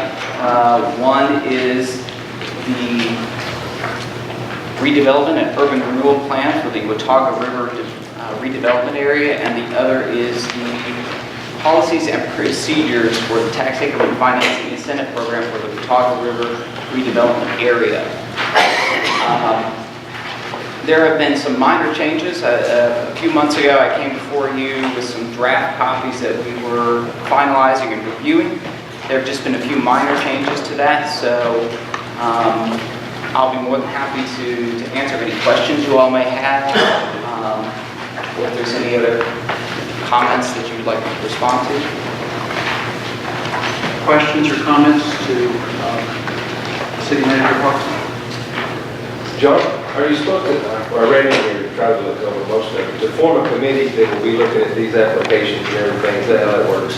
Correct, yes. Can you explain that a little bit? Yeah, sure. So there will be a committee that will be formed, and they'll essentially vet the candidates that come in. So when you fill out an application, there will be a committee that is formed to vet the application to ensure that the numbers look good, that it is still a viable project that conforms to the master plan for that area. And of course, it also complies with the policies and procedures. Commissioner Von Cannon? Since I'm one of the properties involved, I had misgivings because I was under the impression that I was going to have to take my 104 jobs to Johnson County. However, due to your smoothing, soothing presentation, I would support this resolution. Thank you. Any other questions or concerns, comments? Commissioner Johnson? To this hotel package, would you just walk us through gently, once the property's been identified, the district is, the property's been identified, as to how the tax either stabilizes, stays the same, increases, depends on the amount of work. We have a better understanding than 50 pages. Yeah. So the general premise of tax increment financing is that once you put this incentive in place, it will freeze the assessment on a piece of property. So what that would do is, as long as the city and county tax rates stay the same, it will freeze the amount of revenue, property tax revenue, that the county will receive or the city will receive. The increase, as the property develops, you're increasing the property value and therefore increasing the value of the property and the more taxes they would pay. What we're essentially doing is diverting those existing or those future tax revenues to the developer. And that will pay for specific things that have been outlined here, such as any kind of TDEC issues or environmental issues, which is realistically the bigger problem we face broadly in this area. So any kind of infrastructure improvements, whether it's roads or water or sewer infrastructure, in order to have the capacity there that's needed to supply those redevelopments. We'll make a motion to approve. Motion second, actually, as part of the resolution that was laid on your desk, we will give Attorney Pardon just a minute to encapsulate those 6 or so paragraphs. Okay. Basically, in reviewing the statute for this and getting ready for the meeting, it appears that we should adopt this by resolution, if at all. So I prepared a resolution. It was a little bit late because we didn't know this, but it's fairly generic and just simply says that you've been presented with the documents that he's referencing and that it's incorporated in this resolution and you're approving it. So it's pretty simple. And it was approved by the Budget Committee. Yes, it was. I think we have a motion and a second. Any other? Discussion, not to disclose anything, but are there some private projects that people of interest when we look at some of these parcels? Yes, currently we have a potential hotel project that this will be a major player for. We also have Mr. Shane Abraham with Universal Development Corporations here as well. And I'm sure he would like to see some additional development happen there as well as part of this to help, as you all are familiar with his predicament with his development up there. So this would be a great tool to come and help him continue development in that area. Mr. Chairman? Yes. Along that line, John and I have been working along with Susan Robinson and other on this hotel. This is one of the things that the folks are waiting on now as far as putting together a proposal for this facility. It's desperately needed, time's of the essence, and I think that you should support this resolution and go ahead and incorporate this. And we've tried to fast track this. What's the actual tentative plan now, once it leaves here as far as City Council and Housing Authority? So once it leaves here, it'll go before the City Council. I've talked with the mayor and he's looking at, trying to get a meeting as soon as we get a decision here. Yeah, he was going to try to fast track that and call a special meeting because we've discussed this in our 1101 board. We want to do everything we can if possible to get it done. Then we'll go before the Housing Authority for final approval. And that next meeting will be we're going to work with them on that, but at the very latest, it will be the third Tuesday, of April. Yes. So time is of the essence on that. Thank you, John. Commissioner Johnson, and Commissioner Carroll. John, on the freeze assessment, I know there's a period where you're taking property and it's development that your assessment is frozen. Correct. For how long does that go? So in the plan, we've allowed it to be frozen for up to 30 years. So it can't be frozen any more than that. Now, there are some caveats to that. So there are certain projects that have to meet minimum thresholds. In other words, if you just have a $500,000 project, you're not going to meet the minimum threshold for tax compliance. So we do have some thresholds to try to limit the type of development to make sure that we're incentivizing the larger development with the intent that smaller development will come along once you kind of think of a mall, once you kind of got your big anchors located in there and developed, at that point, you might get some smaller development as well. And that would not be frozen. That would be could be potential revenue for the county. John, quick question. Does each project have to come back before the city council and commission to be approved? No, as long as it meets the policy and the plan that you guys will pass today, it will not have to go before city council or the county commission for approval. Any other motion? Closed discussion, I guess that's what you're asking for. Vote on closing discussion and we'll vote on the resolution.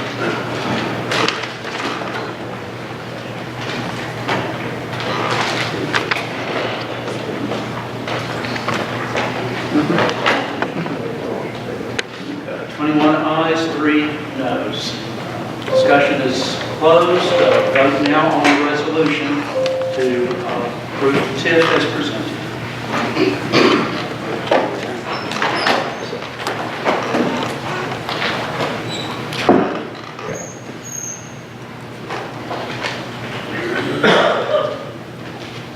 Buford.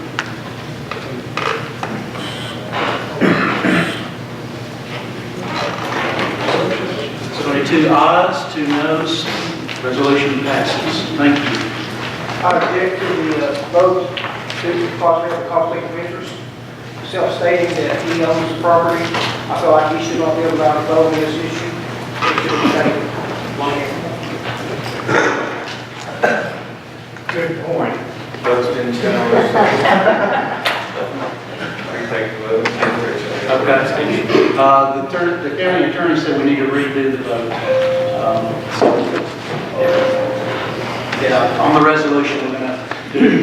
Yeah, Commissioner.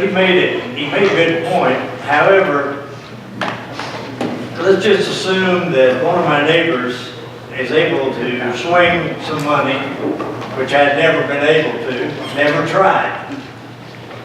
And he fixes up his things and takes several of my tenants. I'm the one that loses, therefore my vote probably was a good vote. Well, but if you want me to withdraw it, I can do that. Well, I think we need to go with this one on the advice of the county attorney. He said we need to revote. And I would suggest you have to make up your mind what you're going to do, man. So we're going to redo the resolution, vote it up or vote it down. Very easy.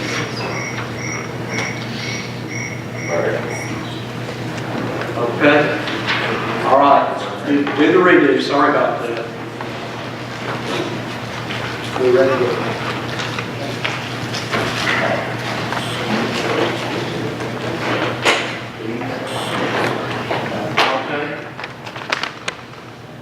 Okay. Thank you. 21 ayes, 2 noes, 1 abstention. So noted. Chairman Kohler, you want to do budget items now, please?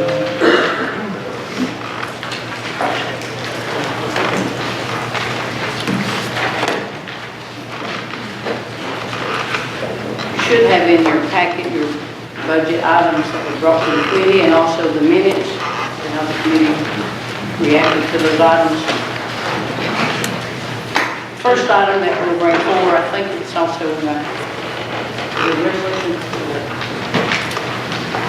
inflation adjustment? Oh, yeah, it's in there, it's the last page of the, I didn't bring my resolution. but- yeah, you should have the title that says February 2018 donations for the animal shelter. You'll pull that sheet and look on the back and you'll see the item that we're referencing. This is the annual, approve the annual inflation adjustment for Elizabeth and Carter County Sanitation Landfill.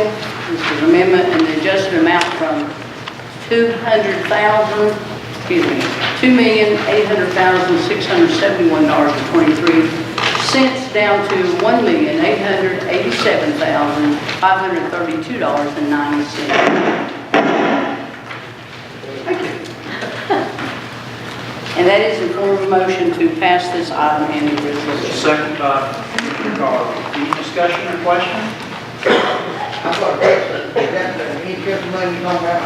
It's the landfill inflation adjustment, Mr. Lewis. It's not insurance. Explain that to me, that insurance? No, it's the landfill adjustment that we discussed. How did you get the landfill? We are adjusting it down from 2 million to 1,887. How you is or what? Thank you, Mr. Lyons. I thought this had been explained during the committee meeting. Basically, what happens is, once the landfill is closed, there's an amount put on it that in case there's upkeep for the closed landfill. As the years roll off the landfill, that amount comes down. You go back to old landfill? Yes, sir. I got it, thank you, sir. Any other questions, discussion items? I see or hear none. Let's vote on the question.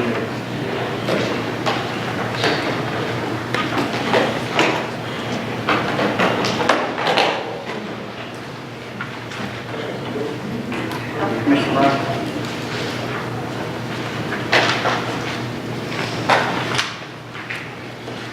All ayes, thank you. Thank you, Mr. Lyons.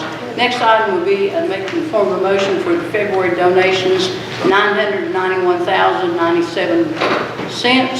This is numerous products that are donated to the animal shelter, also food, blankets, and so on. That's the motion.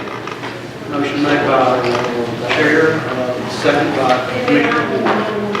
$991, what did I say? Oh, I'm sorry. Yeah, I was like, ooh, man, I wish. I was trying to help you out back there. $991.97. Thank you, I'm sorry. Okay. That credited value, please vote on the motion. Commissioner Ward, please. Yeah.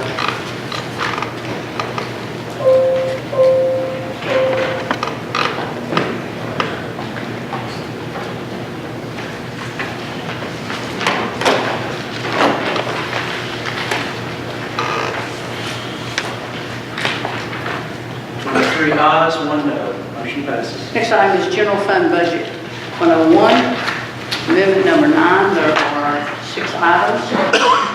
Motion to approve $14,491.50. Nothing coming from fund balance. Is there a second? 14,000. Wait a minute, let me find my figure, let me find my line. $14,491.50. There's been some adjustments to your package. Oh, to that. So it's no longer No, $13,500. $14,491.50. There was a new budget amendment that was handed out in the meeting. I have the old one, it's the one that got given to So, motion seconded by Commissioner Hill. What did you add to it now? I think it was some postage for the pantry clerk. Could you give a total again? The total was $14,491.50. Any other questions or discussion? Seeing none? Call for it.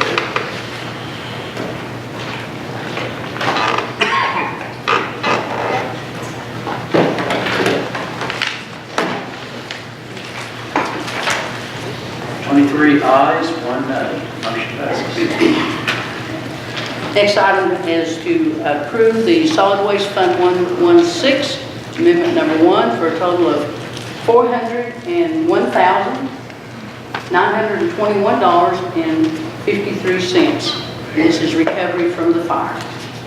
That's seconded by Commissioner Hill. Any questions, discussion? Hearing none, Madam Clerk. Is Becky here? Yes.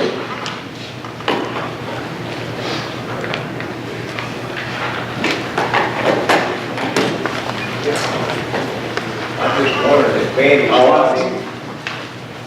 wonder if Betty's here, if he's got all this, any of the equipment. He's here. Yes, sir, I'm here. Operating all right. Mr. Trivett, we can do that during landfill committee if that's all right. Madam Chair. Next item is drug fund. So that was already the donation, wasn't it? Yeah, but this is actually the budget you did. Okay.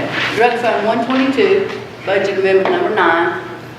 It is for $568.40, and I'll put that in form of motion. Seconded by Commissioner Davis. Any questions?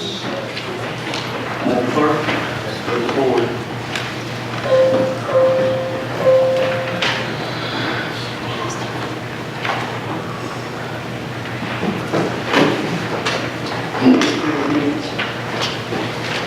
All ayes, thank you. Next motion is for $17,958.43 for the general fund balance. This is for the salary for the new finance director that we'll be hiring. Several years ago, the financial management set forth a plan to raise the finance director's salary up to the amount of the trustee in our county.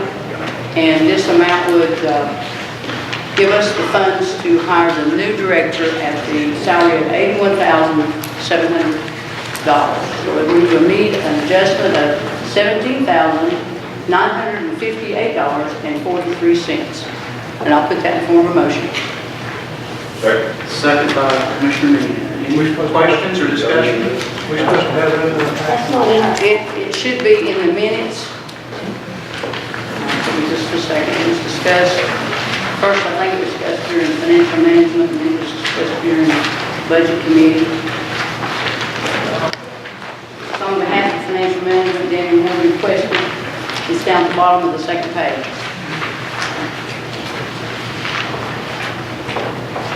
Of your minutes. Do I find it?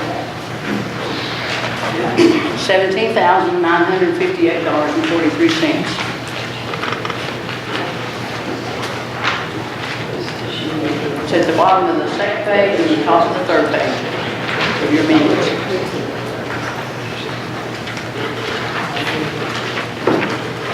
Any other discussion or questions? Okay. On the motion.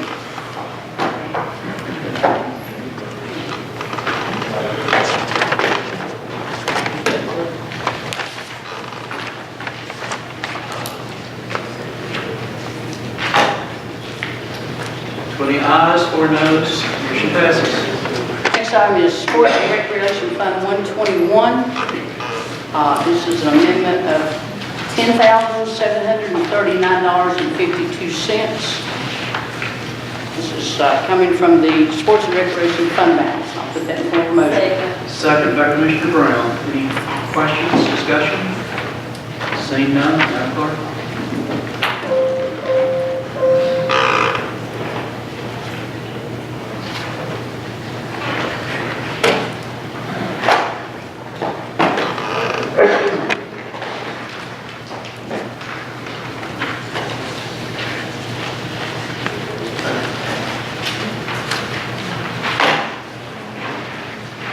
3 ayes, 1 no, motion passes. Next item was brought to us, I believe, by Mr. Grindstaff, and it is a request of, I think the request was $2,000, but we asked to put it at $1,900 for a survey for the property on Highway 67. These funds will be coming from the judgment line, and I'll put that in form of motion. 19 times. Who seconded it? Commissioner Campbell? Any questions? Discussion? Hearing none?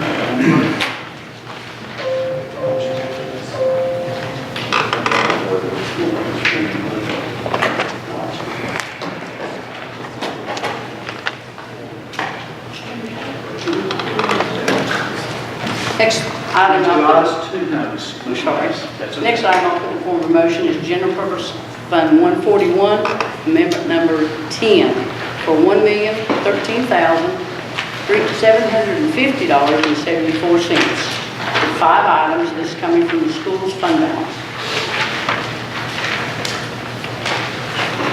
$1,013,750.74.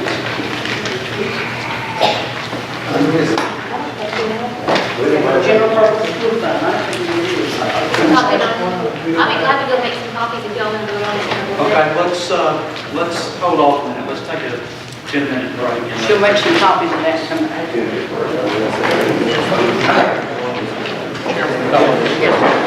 The Highway Committee did address this issue, setting up line item. Mr. Krista, this is General Purpose School Fund 141, Amendment Number 10. The amount is $1,013,750.74. 5 items. This is coming from the school fund balance, and I'll put that in form of motion. Second by Commissioner Carl. Any question or comment? Hearing none, Madam Clerk?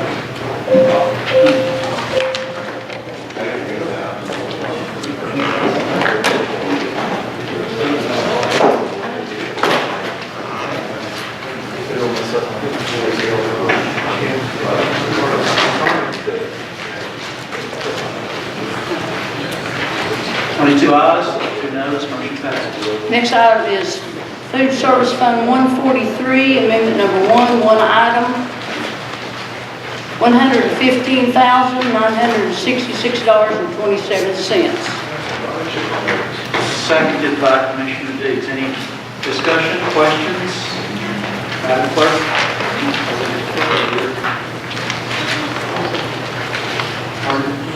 Seconded was Commissioner Deeds. Okay.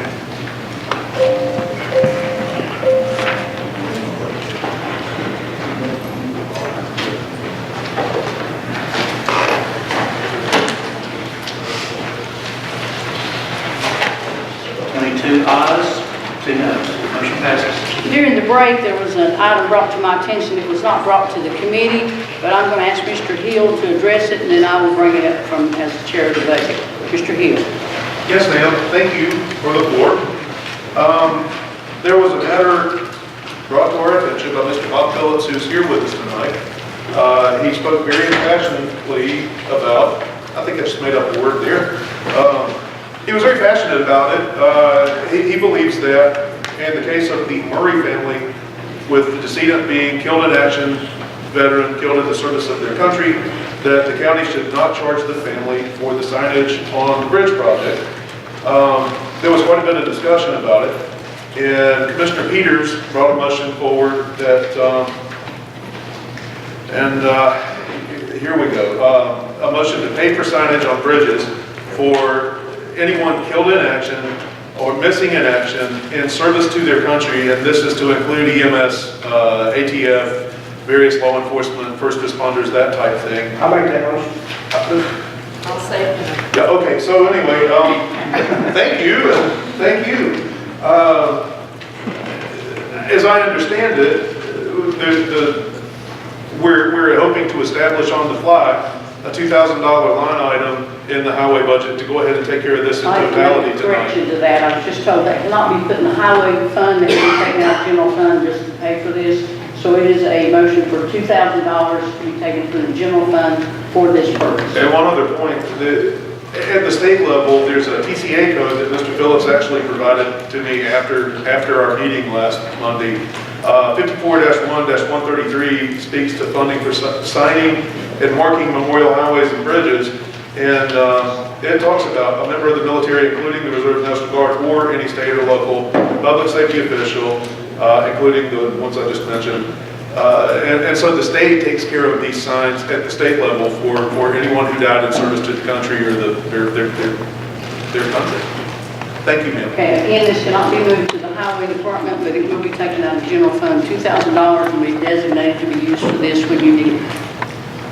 Okay, I think we have am I right in the motion made and seconded? That's correct. Okay. Commissioner Campbell. Yes, Mr. Caldwell, is this suitable for you? Yes, it is, as long as we can turn in a work report and pull that money out of that line item into our other line items, back into our signage and manpower and equipment. You've got posts, you've got manpower, you've got everything. We're into this. I'm more than 100%. I'm just telling you, you know what really comes into this. You guys can work this out when you give you the funding, right? What you're talking about now? Oh, going forward. Then I think we have to add more, but it's been on for the whole year. Well, establish it for for the end of this period. And if it's going to be approved tonight, we'll get on this real soon, I believe. And we're part of, when we do a daily work report for this item, then we would present that to the financial office to where we can move that money back into signage items. So do you need that added to this, sir? Do you need that added for your bookkeeping? To the motion? Yeah, that's the way we would get our money back into. We all could, We have to do the job, get the money reimbursed from the general fund, the money would have to be put back into the highway fund to reimburse. Using our daily work report. So if you just turn that into the finance department, then they will reimburse you from the 2000. Back into the line, like signs or equipment. And then you might want to budget this in the budget for signage. We want to just do the budget already turned in to include this for the next fiscal year. Mr. Chairman, if I may, just for clarification, I think when I talked to Road Superintendent Caldwell, we had one thing in mind, and when I think you talked with Finance Director Bird, something else came out of that. So I just want to clarify for everyone now, the motion would be $2,000 for a special line item set up in general fund so that we could pull from that immediately in consideration of this bridge that we're getting ready to dedicate soon. And if that's the case, then, correct me if I'm wrong, then the road department would just submit an invoice to the county for that. It wouldn't really impact your account or line item. You would do an invoice and they would pay you back and at that time. Is that correct? Is that the simplest terms? Thank you. Is everybody clear on this? Is this something that's supposed to go through the committee with us not so much? It went through the highway committee, but it wasn't brought to us, so we're bringing it to you tonight from the highway committee as a budget committee. We are in agreement that it can be presented tonight. The only reason I ask this question is, you know, I understand what the mayor's saying, I understand what you're saying. Like the post and the brackets, and there's more goes into this whole thing. And I understand, you know, you set this aside, that's all I get at, you know, this be back to reimbursement back on TV. Okay, that's what I get at, so you answered the question. Other discussion? Anybody knows what we're voting on? Okay. Madam Clerk?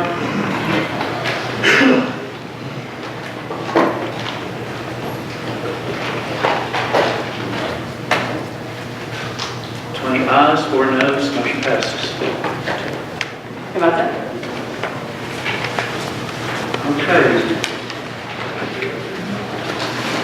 Next item is number 16, Highway Committee items. Chairman. Thank you, Mr. Chairman. I've got a couple of items. First one will be the renaming of a portion, and I'll bring this on recommendation to the committee. I move that we rename the portion of Ogden Hollow Road, beginning at the intersection of Peters Cemetery Road and continuing to the intersection of Ripshin Mountain Road to Old Mountain Road. That's in the form of a motion. Is there a second? Second. Second, Commissioner Brown. Any discussion or questions for Chairman Hood? None? Madam Clerk?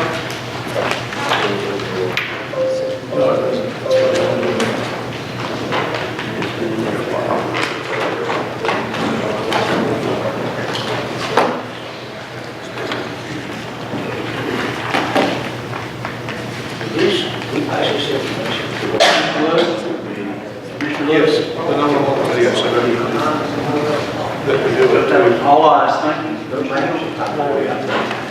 The other item is not necessarily for action, but I made the motion to approve the consulting fee on the ADA compliance last month because it was presented to us as possibly, potentially going to be detrimental to highway funding from the state. And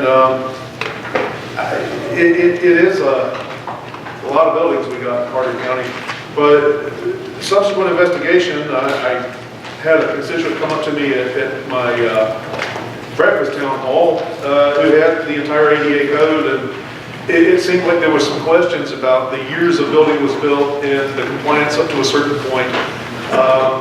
So I raised a question with the chairman here.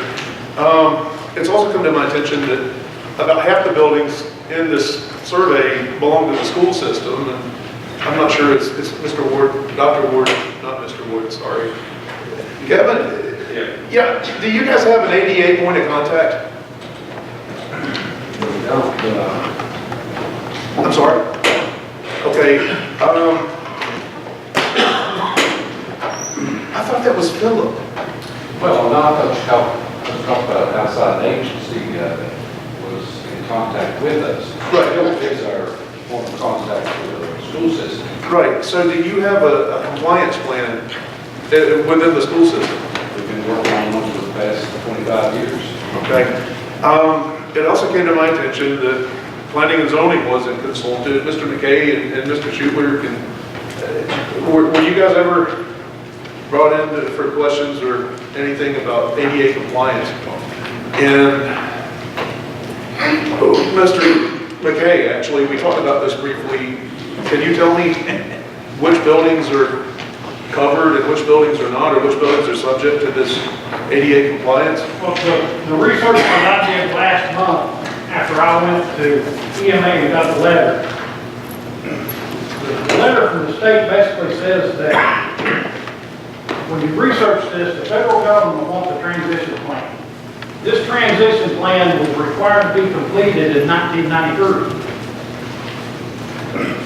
In that transition plan, basically all it is they want to make sure that we have something down in writing that says that if we have a building that is not accessible, that we have a plan to work on. Nowhere in anything from the state of Tennessee or the federal government does it say anything about having to do a survey on every building. To the point that the state clearly says that you do not have to spend $56,000 on the survey. Everything in the 2010 ADA standards says that if it will be a burden to your government, you don't have to do anything. If you have a building, if you have a historic building, this courthouse will fall in the historic building category. If there is a portion of this building that is not accessible, and you can't make it accessible because you would damage the historical integrity of it, what they recommend to do is make a video of that building so that someone can look at it. The only thing the state wants for all of this is a couple of pieces of paper sent to them stating that we're working on it. And basically our transition plan, most of it would say that all of our buildings were built before 2012. Either the Safe Harbor program applies or the 1991 ADA standards apply. And we don't have to do anything else but send them a couple pieces of paper. How long has this request been made of us? How long have we been holding on to this thing? According to the request, it's dated November 14th, 2016, and it has items that were supposed to be done in December 2016, December 2017, September 2018, December 2019. Okay. So there's two, I'm sorry, don't cut me off. I'm almost finished, and then you go ahead to the floor, sir, I will yield. Okay. There's two pieces to this, as I see it. One piece would be to ask the schools if there are buildings that need assessing, if they're willing to shoulder some of the financial burden of the assessment. The way I see it, and I believe, Mr. Chairman, you actually spoke with folks in Nashville and came up with more research, then I'll happily yield the floor to you as well. The other piece is, I'm not sure why we haven't sent a fill-in-the-blank form in to designate our ADA compliance point of contact. Those are the questions I have, and I did make the motion to bring the funding forward. I was trying to help you guys because there was a false sense of urgency or a very short time constraint expressed, and the highway funds were in peril. Those were the two cogent points there. And I'll happily yield to you now, Mr. Mayor. Well, unless Chairman, I mean, he's done research, he's talked to people in Nashville, so I guess we need to hear from him first, and then I'll be glad to address, because it's obvious to me that you folks didn't go on the Carter County TN.gov webpage, which we've been talking about forever. But go ahead, Chairman, bring us up to speed with the documents that you submitted and what you feel in the short time. Vice Chair, yield the chair to you for a moment.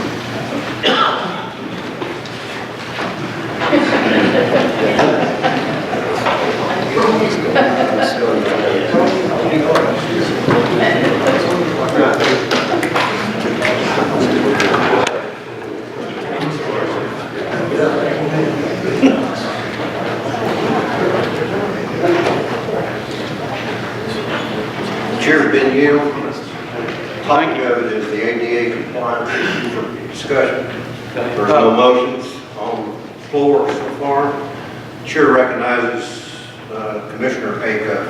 Thank you, sir. I did happen to take some interest in what we were doing as well, and happened to call TDOT's Office of ADA Compliance. Margaret Naylor is the compliance officer for TDOT. She indicated to me that we aren't as bad off as we think we are, but we're not as good as we could be along submitting a transition plan for her office, which obviously has federal compliance.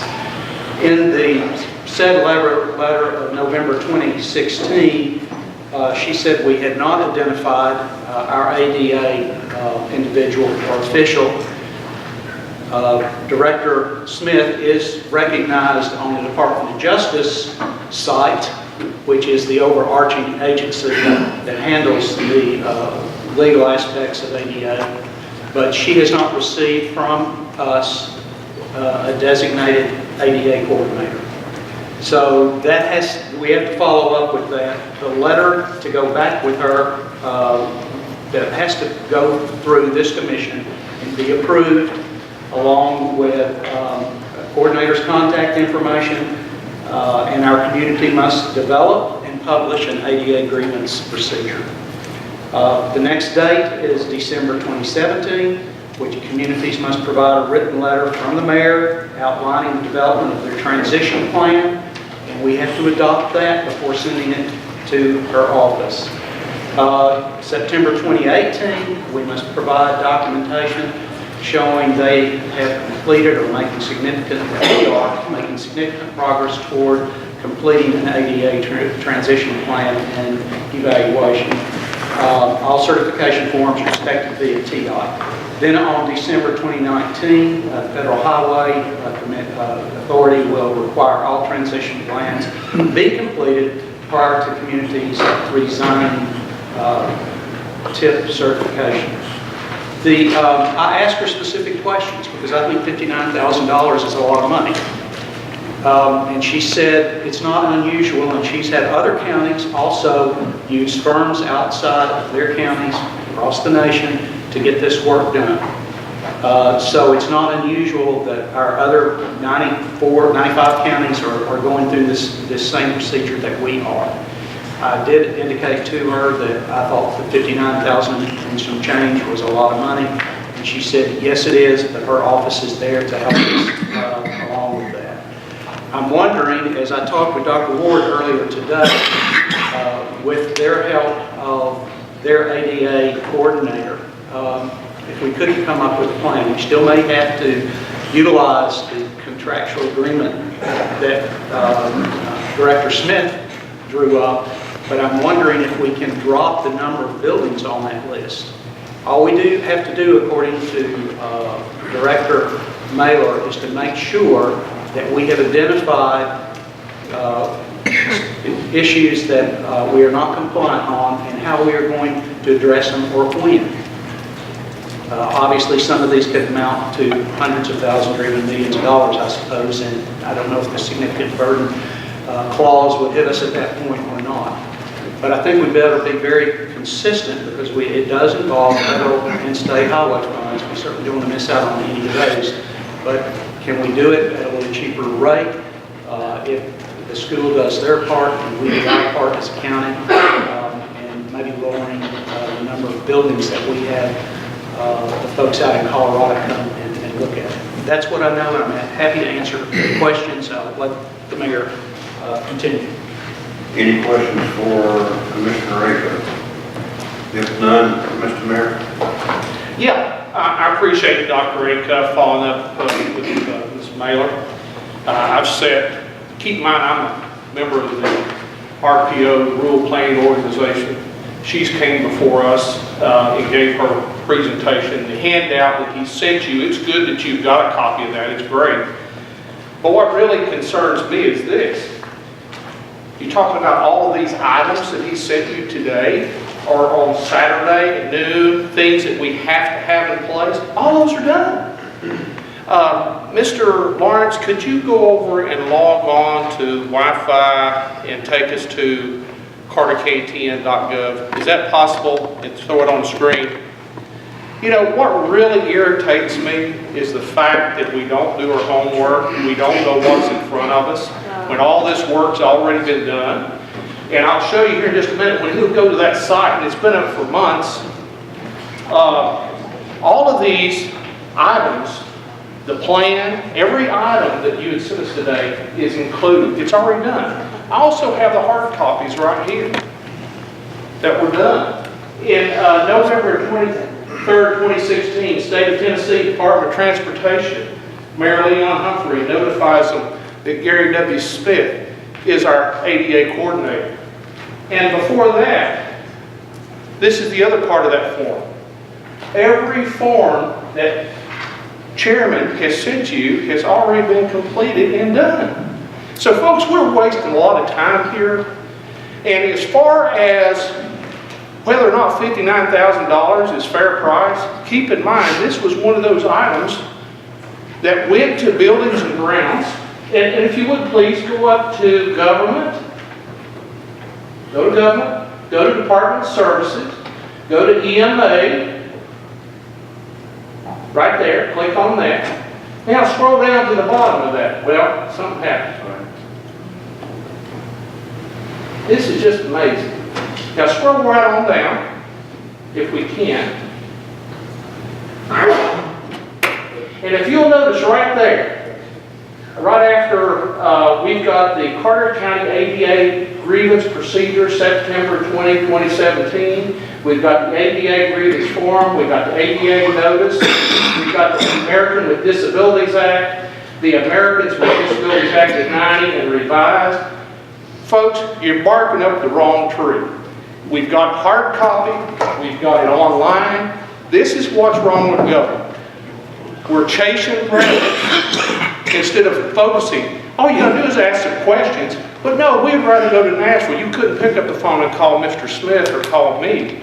We could have put you straight on, save you a whole hell of a lot of time. I did actually request the forms from Mr. Smith. But nonetheless, sir, you know where the page is. We tried to make this website as user-friendly to the entire world.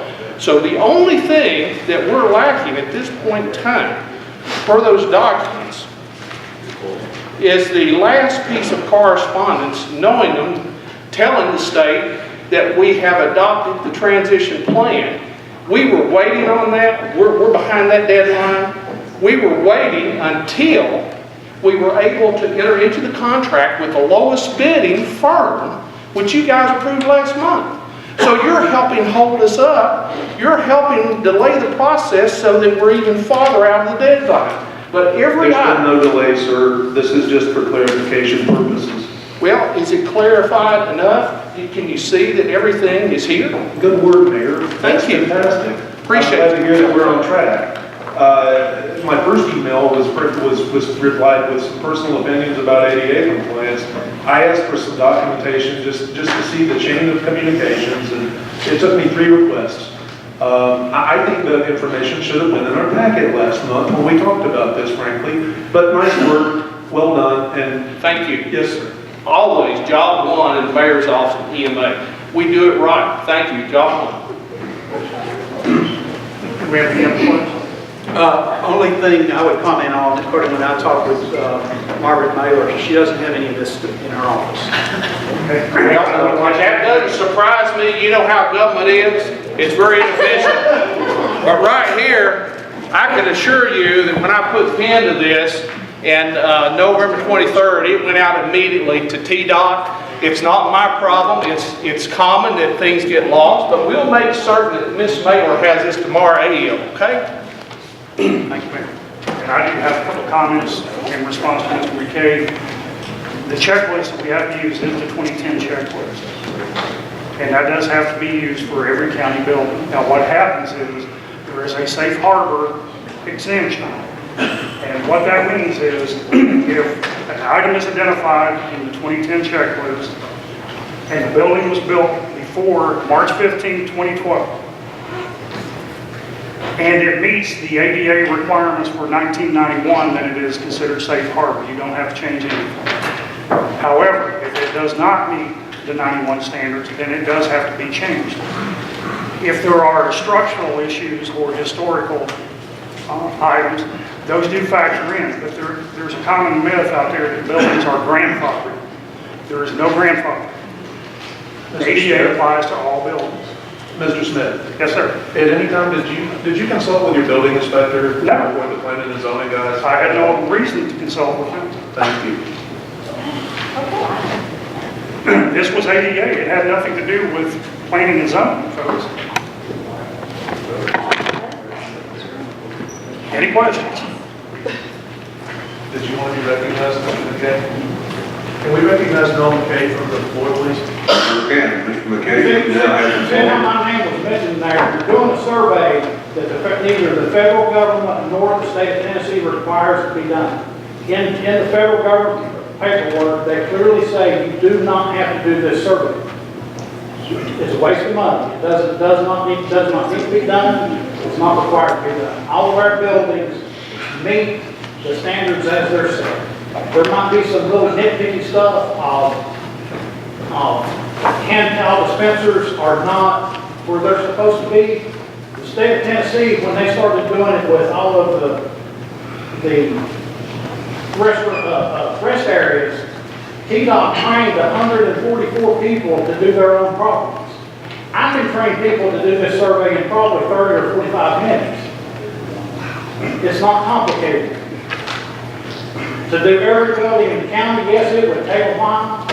The transition program does not require that they be done. They don't even require that you have a plan to do it. All of our buildings met those standards in the 90s when the requirement first came out. Thank you. Thank you, Mr. McKay. The purpose for doing the transition plan, the self-assessment and transition plan, is to identify where the deficiencies are. That's why it is required under this guideline. Oh, yes, it is. And how can we know where the deficiencies are if we don't have people come in here and identify or take that checklist and run it? We either do it ourselves or we hire someone. It's that simple. Mr. Chairman, if I may, just one thing. Mr. Mayor?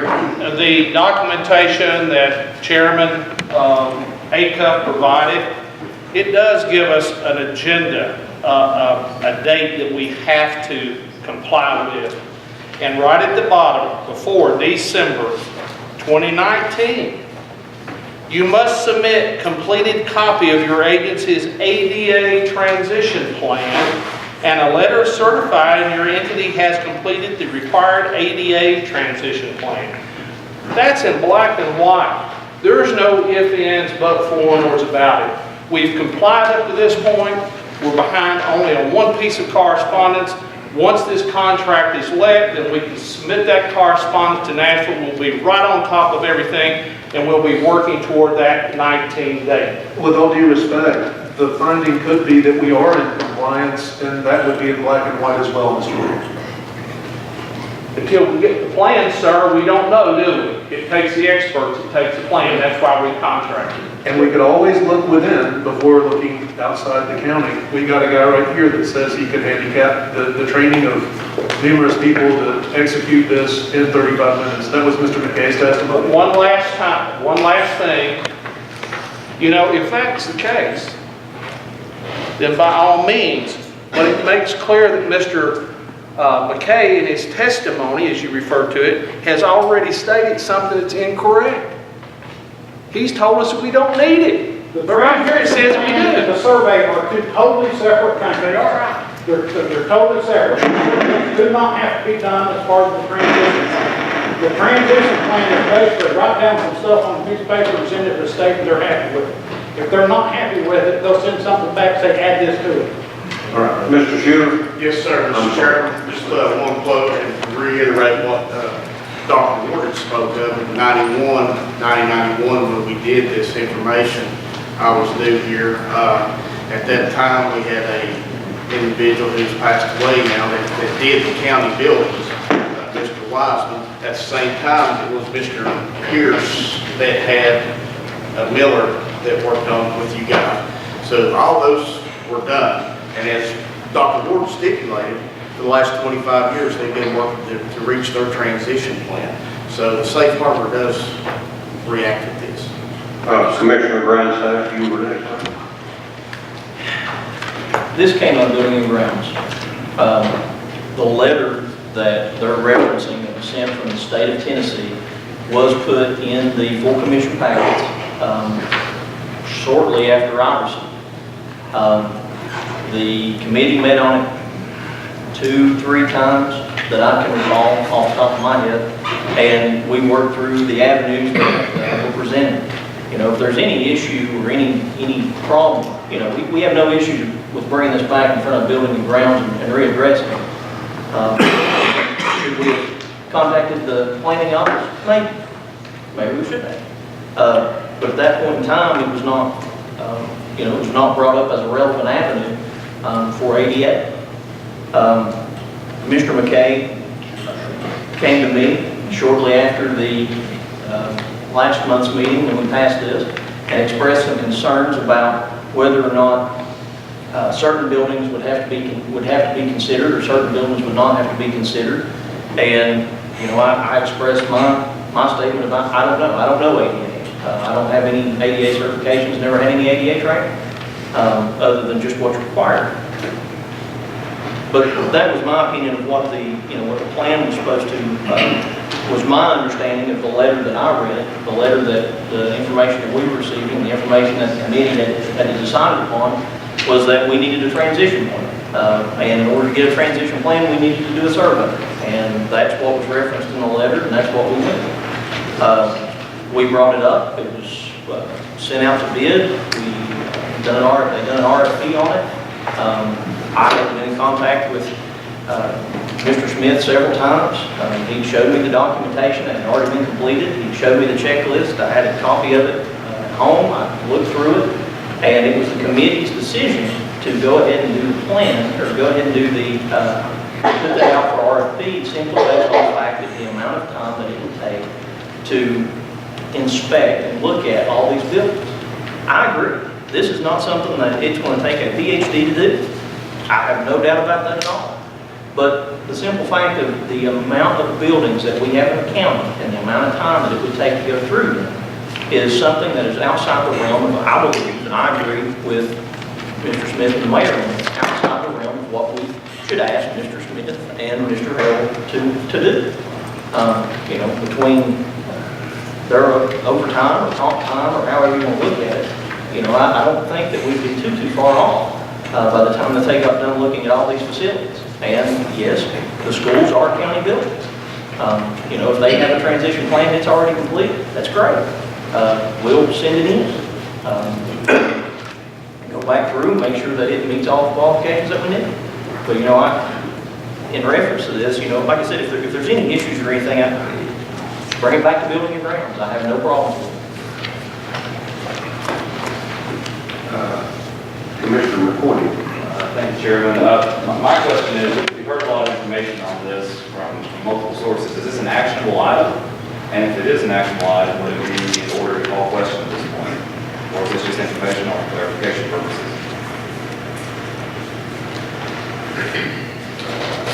Contract was ordered last month, so unless there's a motion to alter that in some way, I don't know what action. So you have an active contract.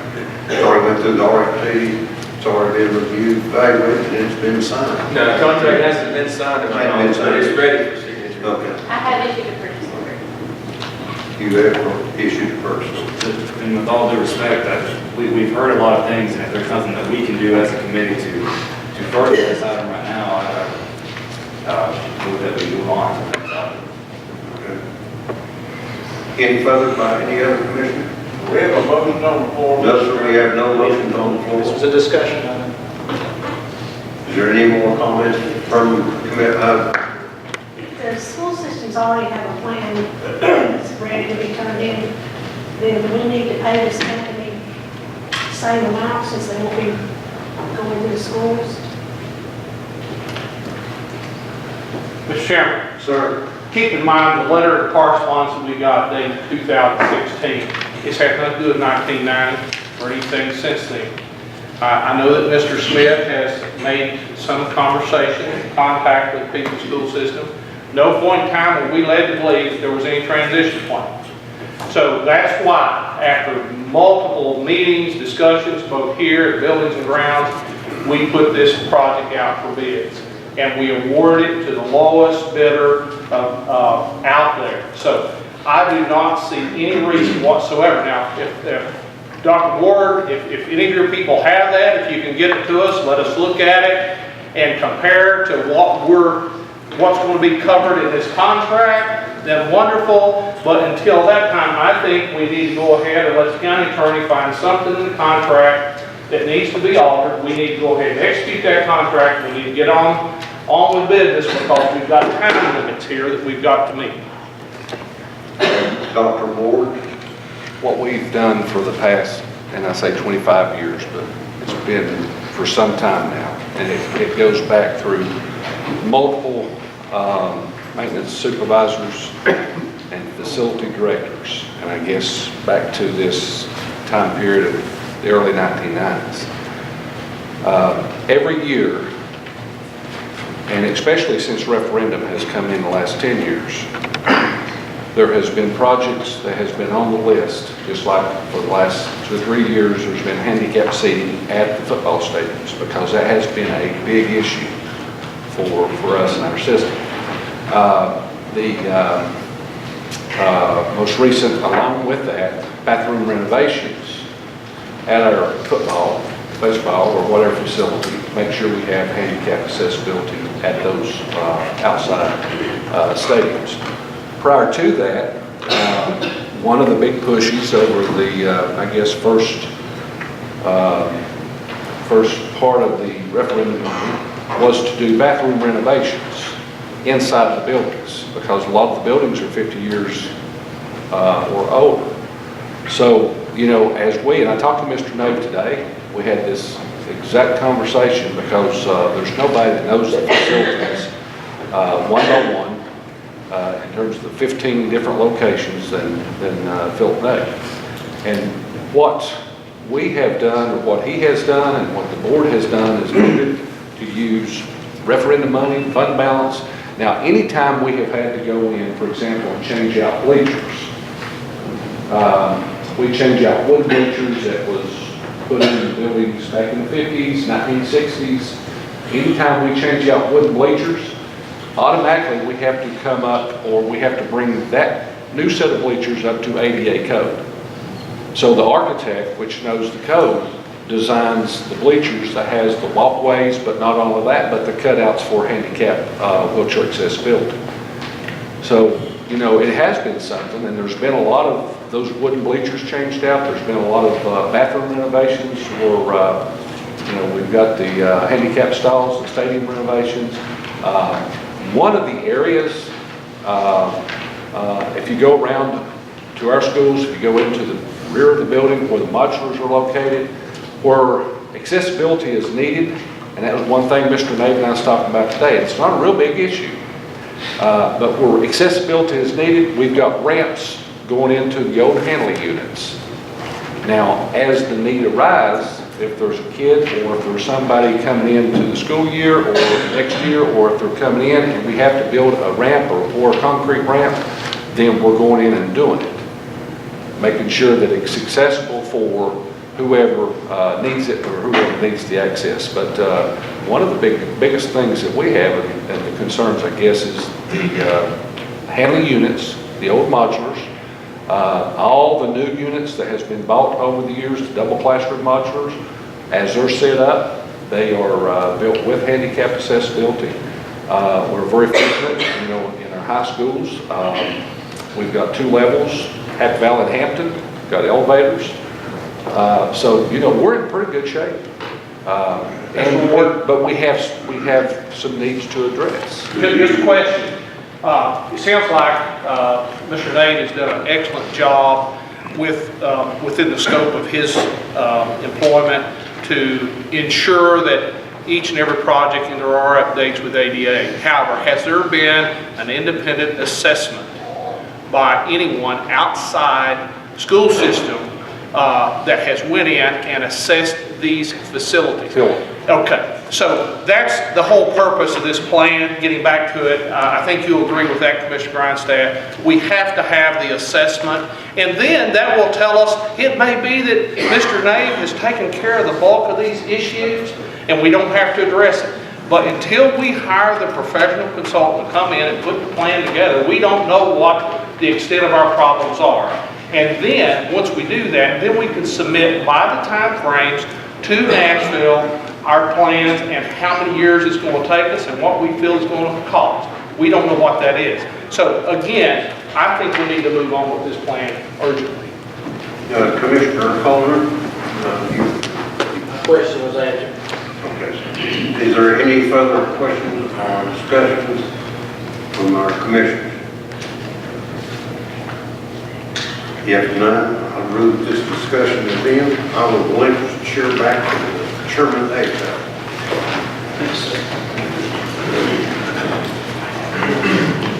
Recognize Commissioner Garland.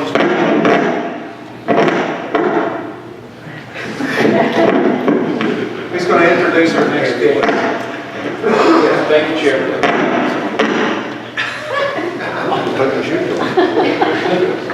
Extension Month campaign, I'm going to turn it over to Ms. Clark right here, the director at our Extension office. You want to handle that? If you're okay with that.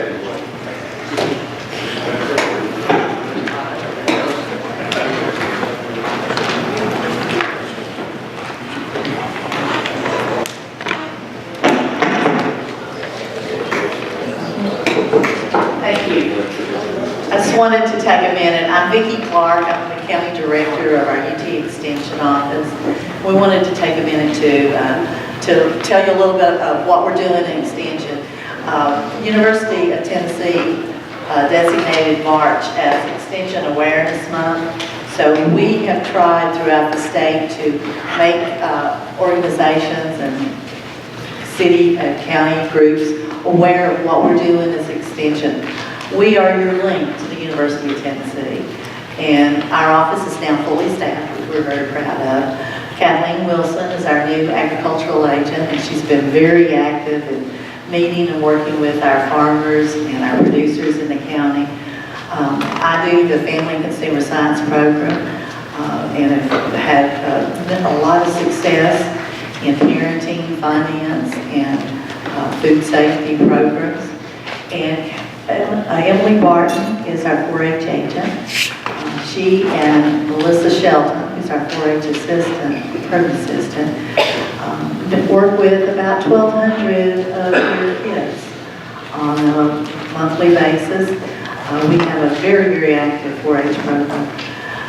UT Extension is alive and well in Carter County, and we've been using this month as a chance for us to get out and meet the people in the county. We've called it our barbecue run. We've gone to barbecue restaurants all different areas of the county to give us an opportunity to meet and greet people in the different areas of the county. And that's been a kind of win-win for all of us because we got to taste really good barbecue. Using our Facebook page, we've been able to promote some of our local businesses and giving us a chance to be in all the different areas of the county and have a chance to meet and greet folks. And to keep you aware of our UT Extension, I brought you a really pretty UT Extension mug, which is back in the jury room. And after we adjourn today, if you would step back there, I'd be glad to give those out to you. We would like for you to, when you have your morning coffee, think about UT Extension and all the work that we're doing in the county. Thank you for your support. Commissioner Grunstead? I skipped over you, I'm sorry. I'll let you have the floor and explain what we're going to do next.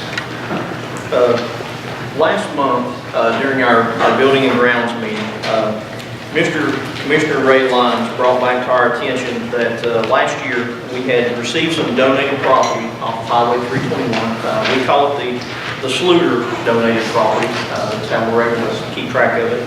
And on that property, we were made aware of whenever it was agreed upon by full commission to donate, and we made the full commission aware that at a later date we were going to have to take some action on a house that is located on that property. And Mr. Lyons has spoken with Superintendent Cobalt and has spoken with him about actually demolishing the house that is located on that property. And has also spoken with Mr. Lyons about disposing of the demolition debris in the county landfill. Both of those requested that a motion be made in our respective committee there and be brought forth to the full commission. Mr. Lyons, actually Mr. Johnson made that motion to ask the highway department to proceed with the demolition, clean up and cut in a second entrance to the property, and to dispose of those debris into the landfill, according to Mr. Lyons. That motion passed unanimously out of that, and I'd like to bring that to this full commission as sponsored by Bill Moore. Second by Commissioner Brown. Any questions or discussion? Okay, hearing none, Madam Clerk.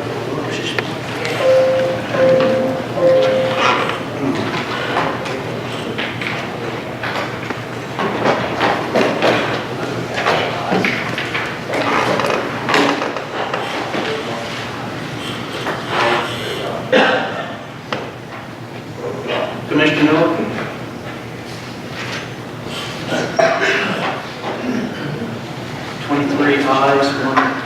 Motion passes.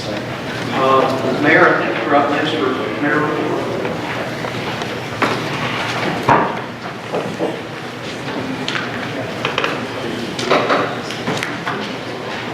Tennessee Code Annotated 7-82-307, Commissioners, number of terms, vacancies, election of commissioners, Section 4. Vacancies on the Board of Commissioners shall be filled by appointment of the county mayor within 60 days after the occurrence of a vacancy in the office of any commissioner caused by death, resignation, disability, or forfeiture of office, and no later than 30 days prior to the expiration of the term of office of any incumbent commissioner. The Board of Commissioners or its remaining members shall select 3 nominees to fill such office in full accordance with any residential requirement that may apply to the office vacated or to be vacated, and under the seal of the Board of Commissioners shall certify such list of nominees and order of preference recommended by such commissioners to the county mayor of the county in which the utility district or its principal office is located, or of the county in which the commissioners customarily meet if the district has no principal office. Within 21 days after the issuance of certification by the Board of Commissioners to the county mayor, The county mayor may enter an order either appointing one of the nominees or rejecting the entire list, or may refrain from taking any action in which the first name on the list of nominees shall be deemed appointed to fill the vacancy or new term by operation of law. And any order either appointing one of the nominees or rejecting a list of nominees shall be entered off record on the minutes of the county legislative body, and a certified copy of the order shall be furnished to the Board of Commissioners and to the appointee. Saying all that, the South Elizabethton Utility District submitted a list of nominees for certification or consideration in filling the term currently held by Elizabeth Whitson, which will expire on March 31, 2018. Per the provisions of the statute, Ms. Whitson is duly appointed to a new 4-year term that will expire on March the 31st, 2022. Madam Clerk, please let the minutes reflect said appointment. Okay? Next item, you have on the table in front of you a piece of correspondence from Renee Mann, Regional Planner for the First Tennessee Development District. She notified me that the 6-year terms for the county's representation on the Regional Solid Waste Planning Board had expired in 2017. And that is a mayoral appointment, which does require affirmation by the commission. Currently, those people that were serving on that was Mr. Benny Lyons, which he should be on that board, and then previously was Mr. Joel Street. Mr. Joel Street, formerly county commissioner, and he had served on that board, but Mr. Street has not been able to attend that board in quite some time. So now I'm going to appoint Mr. Benny Lyons to sit on this for the next 6 years, taking us through 2023, and Mr. Charles Von Cannon to that particular board. And with that, Mr. Chair, I would need a nomination or a motion, not a nomination, but a motion to affirm those two appointments so that we can get to the board. Mr. Chairman, I make that vote. Is there a second? Second, primary from Commissioner Trivett, second from Commissioner Brown. Questions or discussion? Seeing none, Madam Clerk, call the roll for appointment for Mr. Lyons and Commissioner Von Cannon.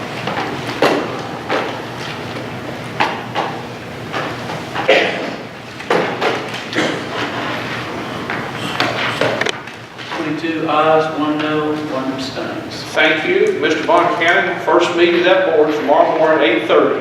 Okay? Thank you, sir. And that gives me another reason to live 6 more years.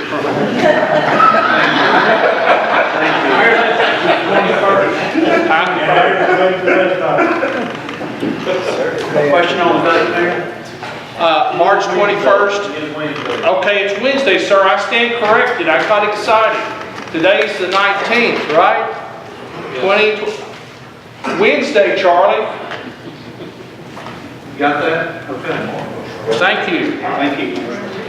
Now we did committee reports, recommendations. We've done a majority of these. Is there any other thing coming from agriculture, Commissioner Garland? Yeah, I'll just say a couple of things.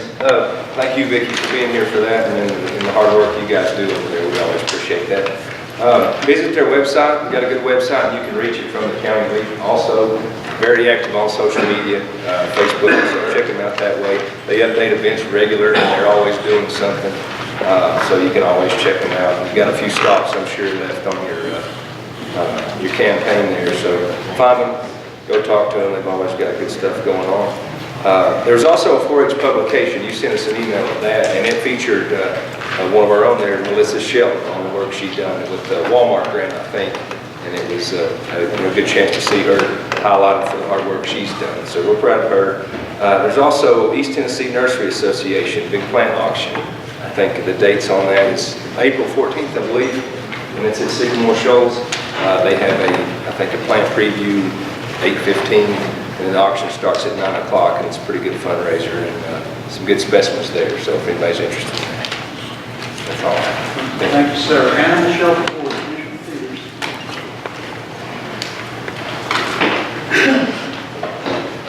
You have your minutes, should be on the table from last month's meeting. Been pretty well self-explanatory. I just have a couple of things here. We received a letter, Ms. Bird did, on February the 26th from Wolf, Williams, and Reynolds, attorney at law in Northern Virginia. This is a Freedom of Information Act request. The letter states, under the Tennessee Open Records Act, I am requesting an opportunity to inspect or obtain copies of public records that pertain to the seizure of 2 canines, I won't try to pronounce the names, by the Carter County Animal Control and Elizabeth Carter County Animal Shelter on or about May 27, 2016. And it goes on to list their names. The next paragraph goes on to say that Mayor Leon Humphrey testified in Wise County, Virginia, General District Court on February 22, 2018, regarding the seizure and adoption of these 2 canines. Mr. Humphrey voluntarily appeared as a witness in this matter and testified in the capacity of an elected official from a foreign jurisdiction. Mayor Humphrey was not a party to the legal proceeding, nor was he issued a subpoena to testify. During his testimony, Mayor Humphrey stated that there was written documentation, including 911 audio and video footage, related to the seizure and adoption of these 2 canines.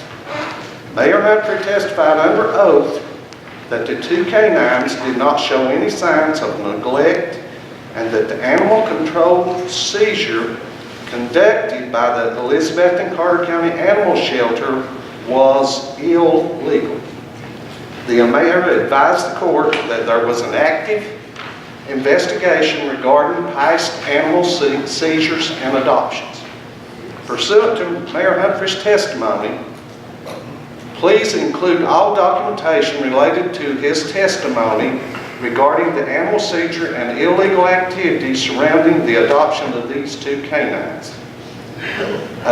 Please provide any and all documentation compiled or authored by Susan Robinson in regards to the above referenced animal seizure and Tabitha Wireman and Tabitha Van Winkle.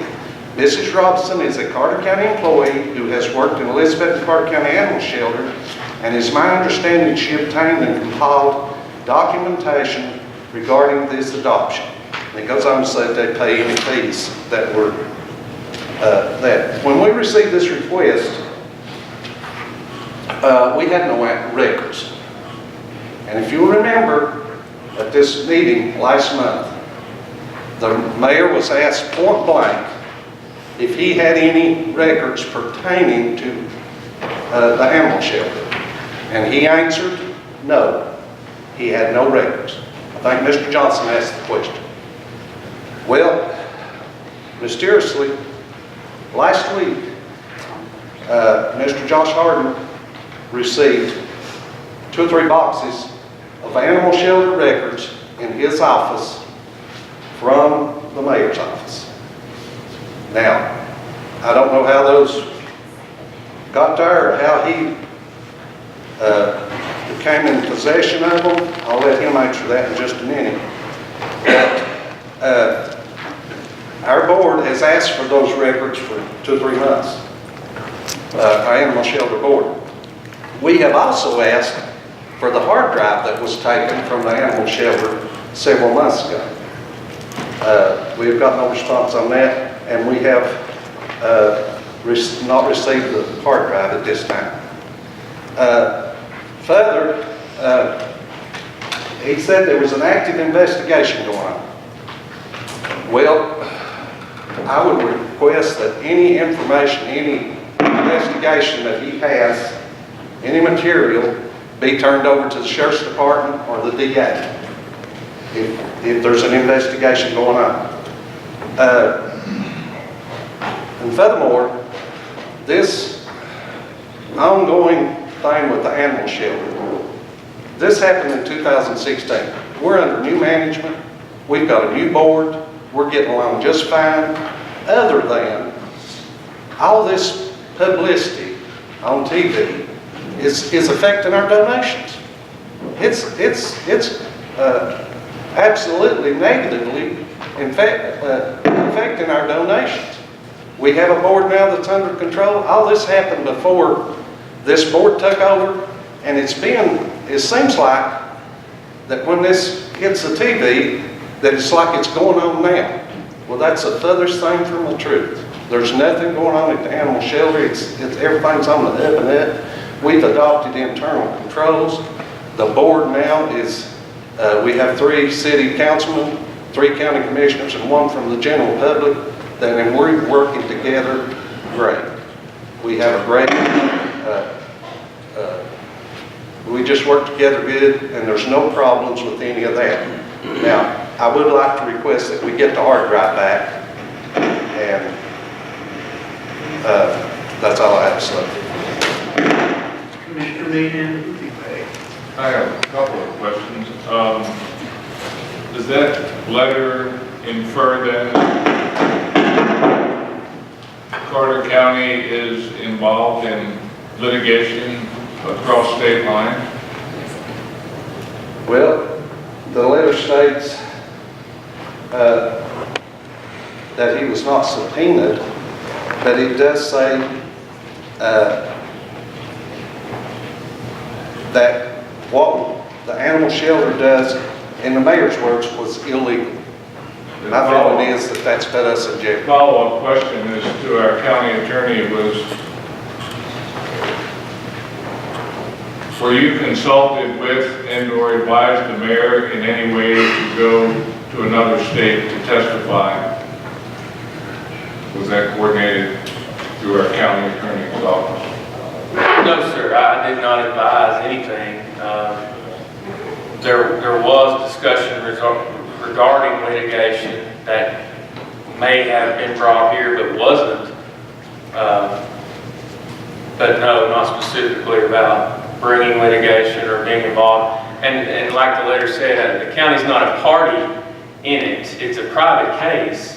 It's just that the mayor offered testimony as a witness in that case. But if the mayor had indicated in that court venue that our county did something illegal, does that not open us up to possible litigation? There's always that chance, yes, sir. Did you advise the mayor about? My general approach with liability toward the county is to avoid at all costs. So certainly anything that could invite the potential for liability, I know.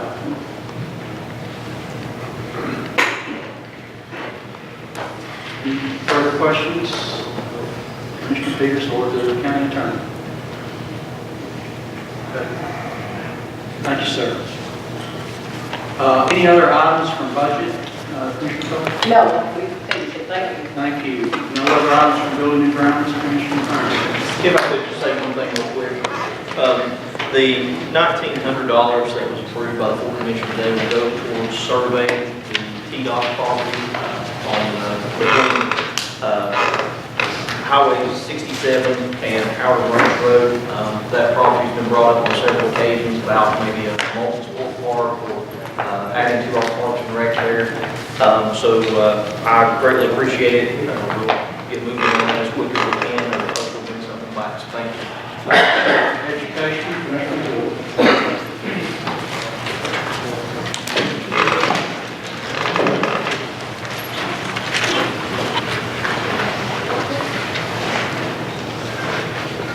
You have your minutes in your packet for the Education Committee. A lot of things were discussed during that meeting.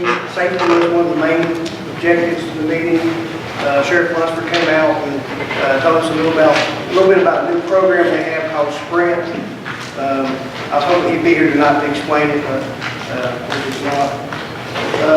He also stated that he's going to try to get 2 new positions for the county, RSO officer and a supervisor. He's going to try to bring that to the budget committee to try to get that approved.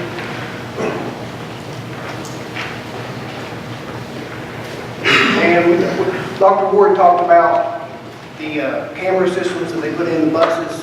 They put a 360 camera in all the buses and cockpit cameras to make sure that the driver's safe, is driving safely, and make sure that the students are safe.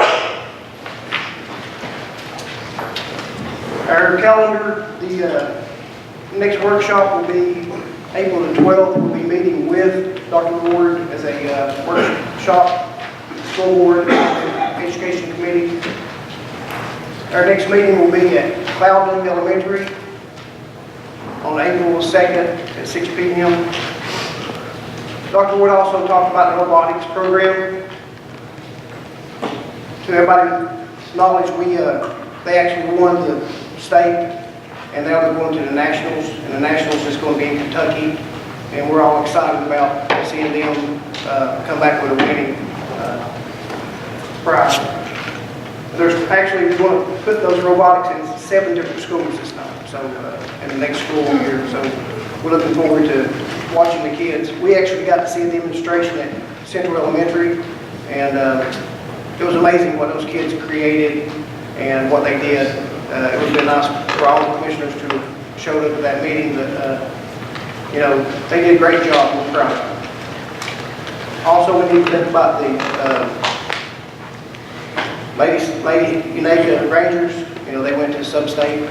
We're excited about that program, and you know, I think we need to recognize them sometime here at the commission. We'll go to finance management. This is something we all don't want to talk about. Krista's leaving. The 28th will be her last day. It saddens us that she's leaving. She's done a great job. You want to say anything?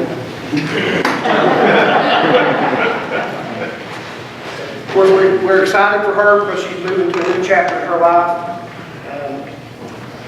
But we got to hire somebody now. And we got to go through that process again, just like we did when we hired Krista. And with that being said, I've called a special call meeting for the 26th for the committee members. It'll be at 6 o'clock. On the 23rd, everybody, all the committee members need to pick up their packet, or Krista will deliver it to you. Yeah, I don't mind to bring the people so they can make sure they get all of the missing people. Okay, that packet we'll have 13 resumes in it, and we'll have the weekend to look at, digest, come back on the 26th, look at those resumes and decide which ones we're going to interview. We'll be having 2 days of application process, interviews, and then we'll look at hiring somebody probably on the 9th, and hopefully start them to work on the 23rd. Also, I need a motion for the new salary for the director coming in. Since, what year was it? 2000? Originally decided, I think they was offered to Jerome. That's been the plan for a long time. Yeah, we have, but we have to have a motion to set the salary for the new finance director. Right, you funded the money, but you have to actually set the salary. It's in the statute. So we can move ahead and go ahead and hire the new director at that salary. Only thing we did tonight was add the extra money into the pot so we can pay the director coming in. I'd make that in form of a motion that we set the salary at $81,756. Second. Commissioner Carr, second. Mr. Chairman, yeah, there is a question. You don't want to set the salary at that. You set the salary up to that amount, because if you set it, get you no movement whatsoever. You go up to. Now, my only caution would be state law says the commission has to approve the salary. So financial management has full authority to hire the individual, but they do not have the authority to set the salary. So if you don't set it specifically tonight, you're pushing it off until the next commission meeting before you can make that real firm offer to someone, because you won't be able to tell them how much you're gonna be able to pay them. But if you set it up to that amount, you can make that offer up to and then bring that actual amount back. I mean, Right, it'll cost you time. well, it's not gonna be a big My deal. motion is to set the salary at $81,756. Or have a second. Is that an up to? No, that is set the salary at $71,000, or $81,756. Okay, and that was seconded. Is there any other discussion? Yeah, that's a mistake, Chairman. I would wait, go ahead and get the commission to authorize up to, because you have no idea until we interview these people as to what the actual offer is going to be. Motion on the floor is to set the salary at $81,756. It's been made and seconded. Commissioner Lewis, and then Mr. Quick, Commissioner McQueen, and then Commissioner Carroll. I've been coming, I've been this man for 44 years. I can't see when somebody set a salary, say we're gonna pay you X amount of dollars. You first see what the qualification is, then you farm, then you set the salary. You put a limit on it now, if this ain't good business to do that, I don't think. Thank you. Commissioner McQueen. First of all, I apologize, I wasn't able to be here last month. I was dealing with some personal issues with my family. So I'm not as up to speed on this. It kind of caught me by surprise seeing, I actually wasn't in the back of the head to get that information, pay the extra money. So what is the, if you could, walk me through the thought process of how it came about that we were going to increase this amount of money, or what spurred that to happen? In the past commission, I don't know what year it was, but they agreed to set the salary at trustees level. And not saying that Chris is leaving because of pay, because she's not, but to attract someone, I feel like we need to pay what the past commission has agreed to. Cody, to give you a little history, I know with myself, they talked about that plan of raising my salary up. I've never pushed it because that's not a big deal to me, and I don't feel right getting a big raise when I already make more than all the other employees in the county, so it's not something I push for. I think Ingrid was in the same boat. It was promised to her. She never really pushed for it, and it's the first thing she'd take out of her budget. I know it was also promised to Jerome, so it's been something that has been worked on for at least 12 years that I know of, if not longer.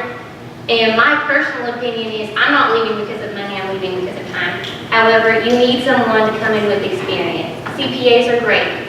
I'm not saying you don't want a CPA, but if you do get a CPA, it needs to be a CPA with government experience.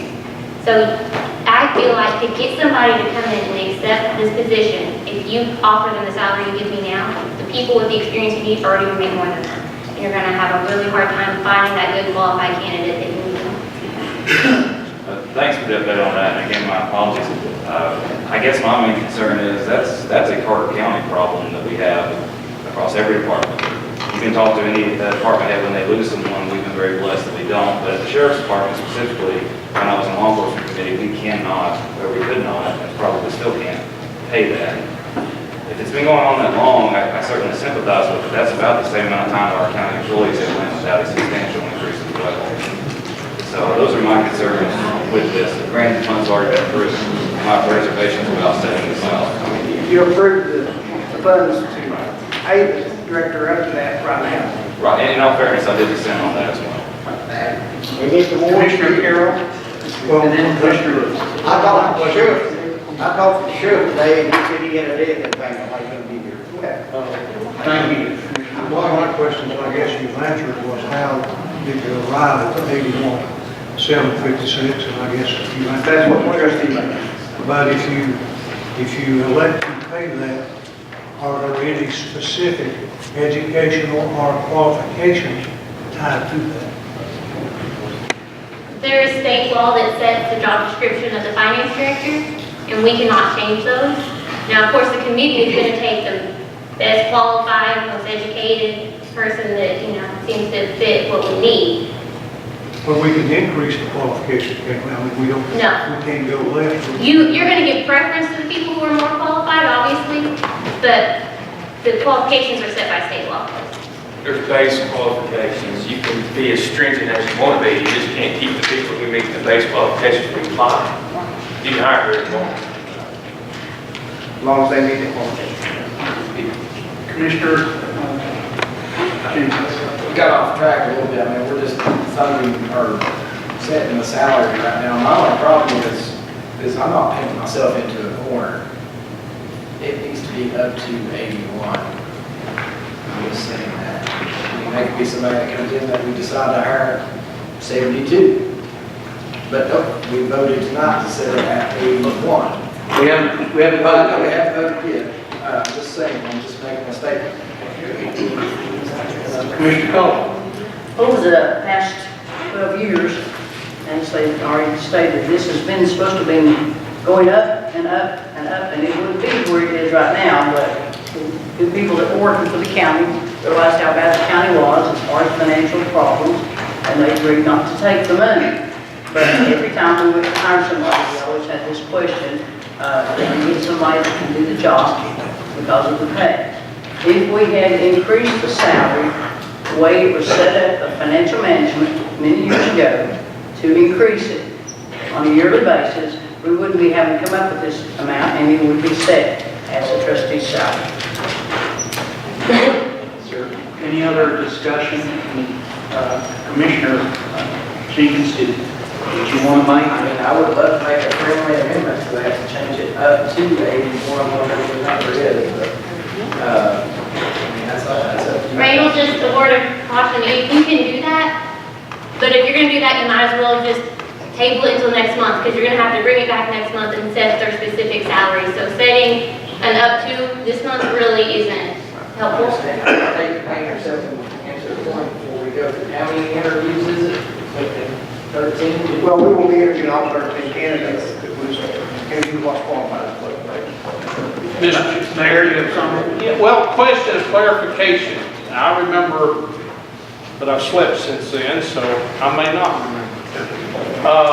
In our financial committee meeting, we had discussion, and we said that when we advertise, and I didn't see that, that's probably my fault for not looking at that, but the discussion was that we would advertise the position up to that amount, commensurate upon qualifications, background, experience, et cetera, et cetera, et cetera. Is that the way we actually advertise it? It did not say up to that specific amount, it said depending on. Well, okay, basically the same thing. So why would we set it tonight, anything other than up to? I would think that if you set it up to that amount, you're authorizing that financial management committee to set that salary based on their review of the applicants. So, and if it needed an absolute confirmation after that at a lesser amount, then it's no big deal. You've already authorized it up to that amount. So, you know, that would be my point. Why not just make it up to, give yourself a little leverage, do the interviews, find out who these people are. We don't know who they are.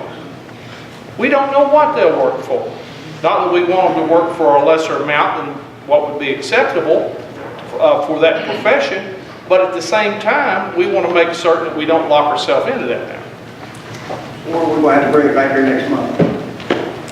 If we set the salary. We have to set the salaries. Can I ask a question? Just checking over the minutes, and in the minutes of your financial management, on the second page, at the top of the page, it says, motion made by Mayor Leon Humphrey, second by Bobby Hughes Deeds, to raise the compensation of the finance director to that of the Carter County trustee. And it passes.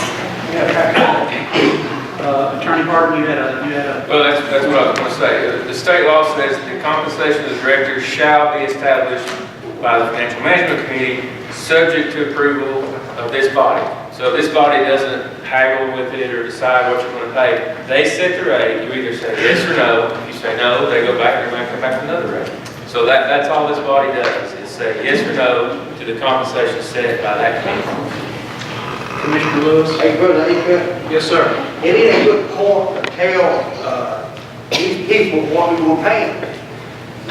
When you want to interview somebody, you don't say, hey, I'll pay you $100,000. He might take the job for $75,000. It just ain't good practice to tell people From, when you work with work, they tell you what you want to make when you come to work. One at a time, please. Everybody can get it right. So we have a motion on the floor, and it has been seconded. Did we have a friendly amendment? Well, I don't know if you want to post it, Commissioner Jenkins, as a friendly amendment and see if primary and secondary would accept it as such. We'll be prolonging the hiring of the director. If that's what you guys want to do, you want to prolong it another month? I mean, it's up to you guys. I mean, I'm here, send this down here.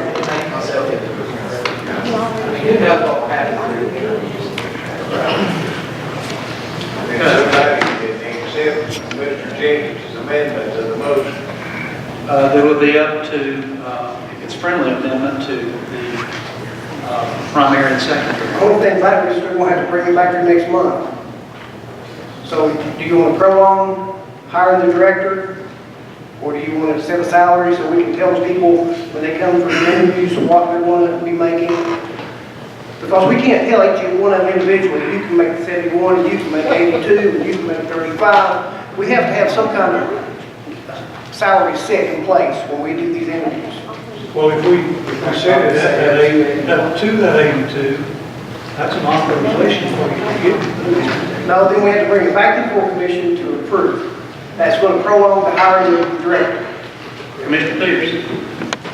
Mr. Chairman, our county attorney just told us it's not up to us to set. The financial management has made the motion and set the salary. We either reject it or we accept it. That's it. It's in the minutes. It's in the minutes. It's in the minutes. It passed. Okay, so we've got the motion on the floor, and Mr. Ward, would you read the amount one more time so that the clerk has it in their minutes? $81,756 would be the salary for the finance director. Okay, if there's no further discussion, I see or hear none, vote on the motion.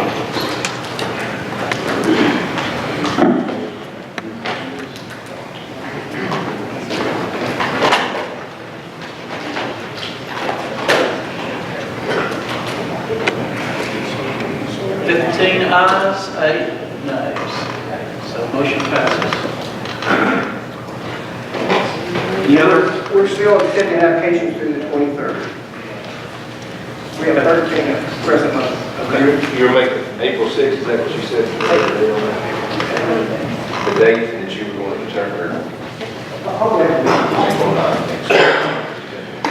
Anything else from Health and Welfare? No, the only comment I have is the annual Health and Welfare meeting is this Friday, and it will be at the Election Commission office, and then there will be a tour of the Health and Welfare building with the construction on it. And what time is that? 12:30. 12:30. Thank you, sir. Commissioner Deeds, landfill?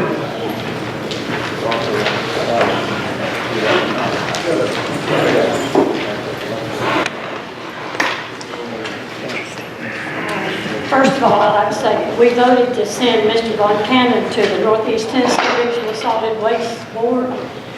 And since Joel Street has not been a commissioner, and I have been the chairman of that landfill meeting, I have been attending those in his absence. But I'll be glad for Mr. Von Cannon to get to go to those meetings. So missing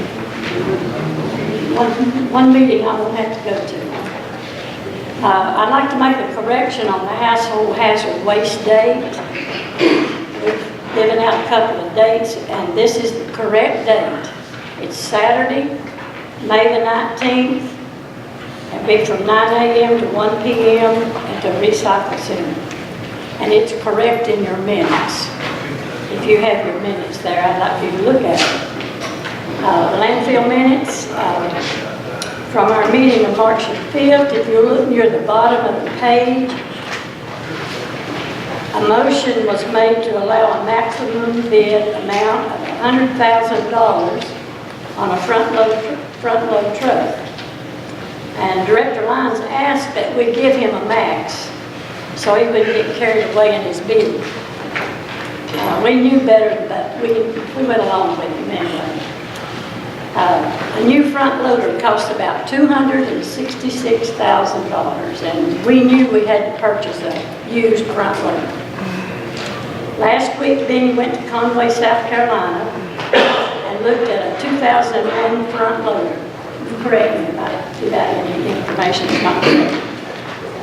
He won the bid, and we're waiting on the appraisal to confirm the purchase. His bid was $28,000. With taxes and other fees, it probably cost about $30,000.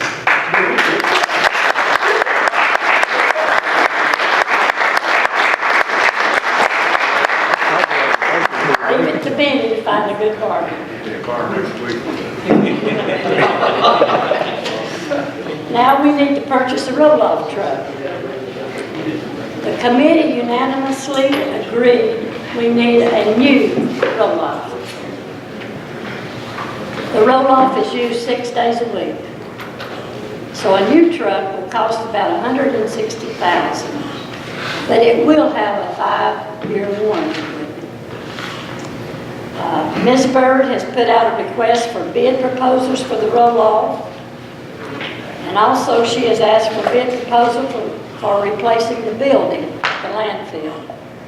And both bids should be in by the 5th of April, correct on that? So since the bids will be in on the 5th of April, the landfill committee will meet on Friday, April the 6th at 2 p.m. in the mayor's conference room. And we've had to change several of our meeting dates because decisions and information are fluid at this time. And so the meetings have to be changed. The landfill meeting will be Friday, April the 6th at 2 p.m. Thank you. And I'm happy to report Director Lyons attended a smoke class on April the 6th and 7th. And he received his certification. And when we get the air curtain destructor operating, he is certified to do his own testing of the destructor, of course, which will burn brush. So that's all I have. If you have any questions for Director Lyons. You said 2 p.m. on the 6th, right? 2 p.m. I just have a general question. We have a lot of groups, volunteer organizations that's going out and picking up litter, trash. Do we have an avenue for those folks to be able to bring that to the landfill and without charge? Because it's my feeling that we've got people that's willing to volunteer their time to go out and pick up other folks' trash and garbage, that we ought to be able to accommodate them some way at the landfill. Generally, folks that pick it up, if they leave it on the side of the road, the state will pick it up. Correct. And they bring it to the landfill at no charge to those folks. There is a charge to the state or the county litter department will pick it up, which is run through the sheriff's department. Well, if you have say for example, you have an individual that picks up 20 tires and they want to bring it to it and get rid of them and bring them to you. Is there any way to accommodate those? I'm not going to get into individuals coming at all. If they're a member of Carter County Crowd or something, but I mean, it's got to be official. It's not people that's just trying to get rid of their garbage. If you get into individuals doing it, then there are going to be individuals that say they're part of the group. I don't want to get into that. Mr. Jordan, I know he is part of the group. If he comes to me, I will help him out. But, yes, sir. I might add that Ben's been very supportive of us. This past weekend, we were 75 strong. We met in front of Eagles with Trout Unlimited and the River Apes along with Carter County Crowd. We provided roll-offs for us at designated location. So if anybody is going to have a mass, a big cleanup, come call me and I coordinate with Benny. So that's what we've been doing now. We are seeking for other avenues though at the time. Okay? Yeah. Thanks for bringing that up. Yeah, I'm just thinking, you might have a community that wants to, like, we have a lot of folks come up here in public comments, and they said, this person has three truckloads of garbage in their front yard, and you might have a community that wants to clean that up. And if they want to clean it up, I'm all for it. And I am too, and if the representative will get with me, Yeah. then, as Mr. Jordan says, I will help him out. Excellent. Commissioner Long? I just wanted to say, for those of us that went up to see the devastation when all this took place, and to see how Mr. Lyons and Ms. Dietz, and I'm sure other committee members, handled that crisis for Carter County, I think we should officially give them a commendation by a round of applause. I really believe that.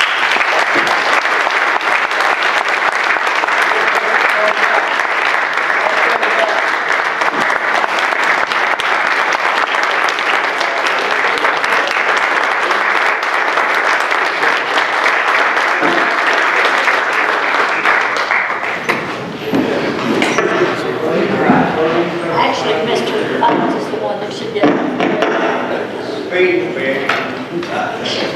I just appreciate you all being behind me, that's what we've been doing.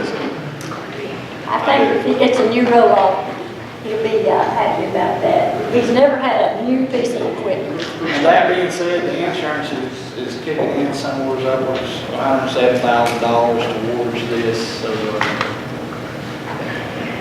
for what we do up there, I think we'd be better off for the long term to do a new truck like that because we use it every day. And we're not there to go out of business in 5 years. Yes, sir. I don't need help with even the rules or anything to water. Pickups, going around picking up garbage, are they allowed across the scale, they're not targeted? In state law, they have to be tarped coming into the landfill. Once we get them to the landfill, we do ask that they untarp so we can inspect what comes in there. We have to do that before we do that. The reason I asked is, today I cut off there from 91, no tarp on this truck. He's coming toward the landfill, he pulls over the side of the road. After, he loses 2 bags of garbage all over the highway. And anybody that's been to the landfill know we have a pull-off when you come to the gate. That's what that's kind of designated for. We can't lease that out here on the highway, but we do ask that they untarp it when they come across the scale so we can see what they're bringing in to us. Have any idea when you can start taking the brush? Within the next 3 months. By taking this test, it was an OPAC test that I had to certify on, and we'll be able to determine what comes out of our smoke stop once we start licensing. So I have to get that in order before I can purchase the machine, get it on site, get it set up, and so on. So around 3 months, we should be able to hopefully start dealing with brush again.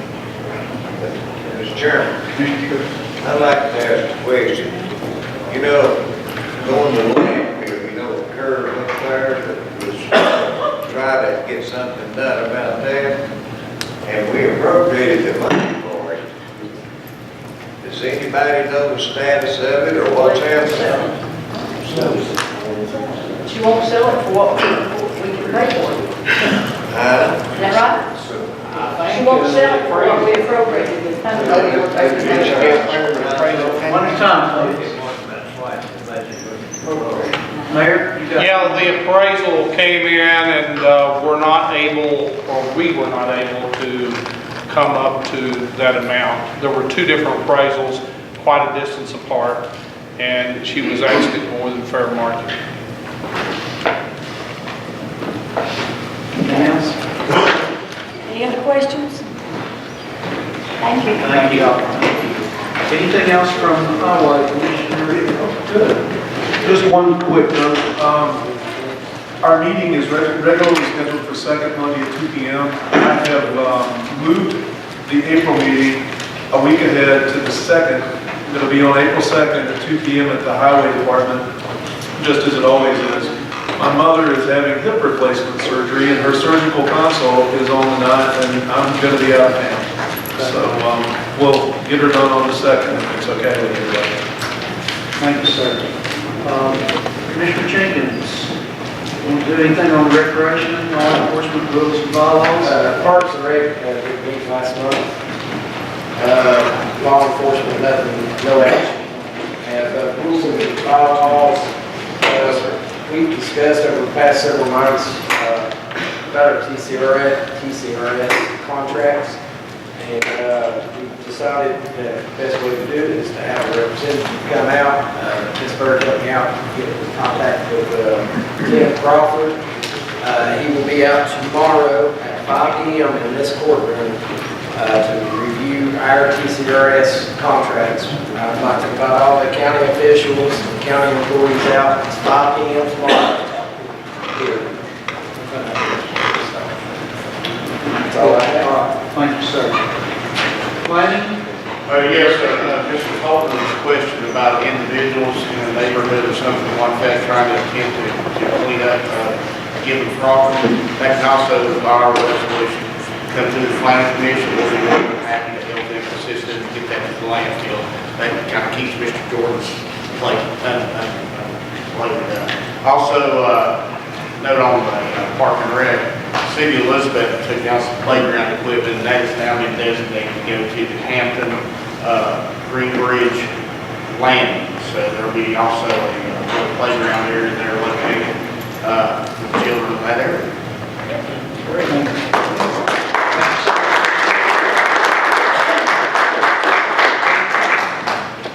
Commissioner Meehan, anything from nominated? No. Okay, thank you. County Attorney?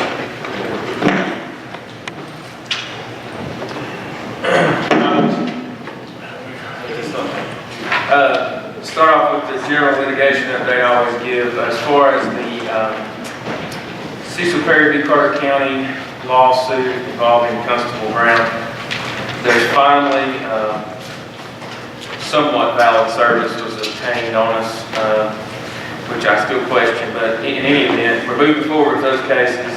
There's been answers filed in both circuit court here and in federal district court to those very similar lawsuits, and both answers seek dismissal. So that is pending and will be for a while. If anybody has specific questions, of course, I'll meet with you and discuss them. The county delinquent tax sale. We are selling the properties with delinquent taxes for 2015. That sale is this Friday in this room at 9 a.m. There are approximately 40 parcels remaining, I think 42, but somewhere in that vicinity. And in that regard, in that sale, if some of y'all are unfamiliar, the opening bid is public auction. The opening bid is the full amount of taxes, penalties, court costs, everything owed to the county. In some circumstances, we don't receive that opening bid for whatever reason. In that event, the clerk of the court, clerk master, needs authorization on behalf of the county to bid that minimum bid, and then the property will be owned by the county.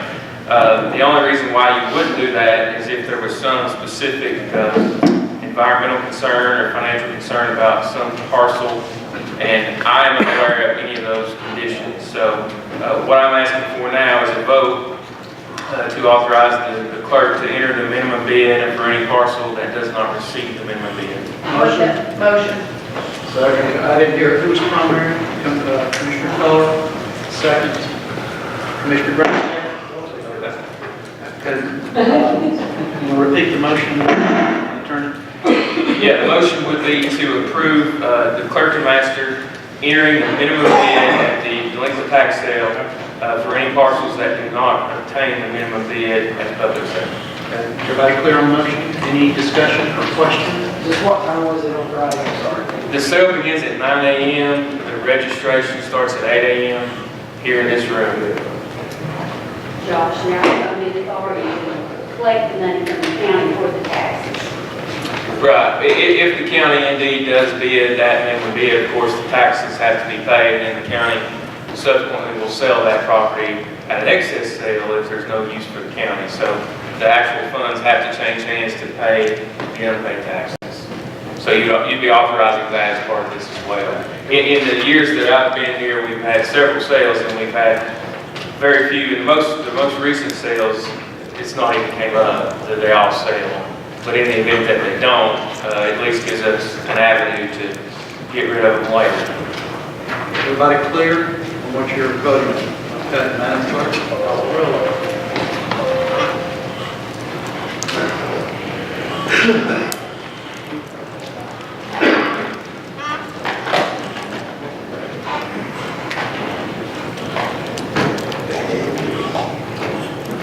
Two ayes, one no. Motion passes. Thank you. Finish counting. As far as litigation, yes. General work, always, of course, if you ask me, I'll research and give you an opinion on something, prepare all the resolutions that we considered this week, finalized the road closure at Lee Branch that was voted on, and those of these have been recorded. Ongoing research for various offices as I detail in the report, which I submit as part of the minutes every month. So unless there's a general question about something else, I'll just let my written report stand. Thank you. Let's move to 21. Are there commission comments? Can we question him? Certainly. I'm sorry I didn't give you that chance. Yes, if you want to ask a question, please do. Well, if I may, I want to go back to this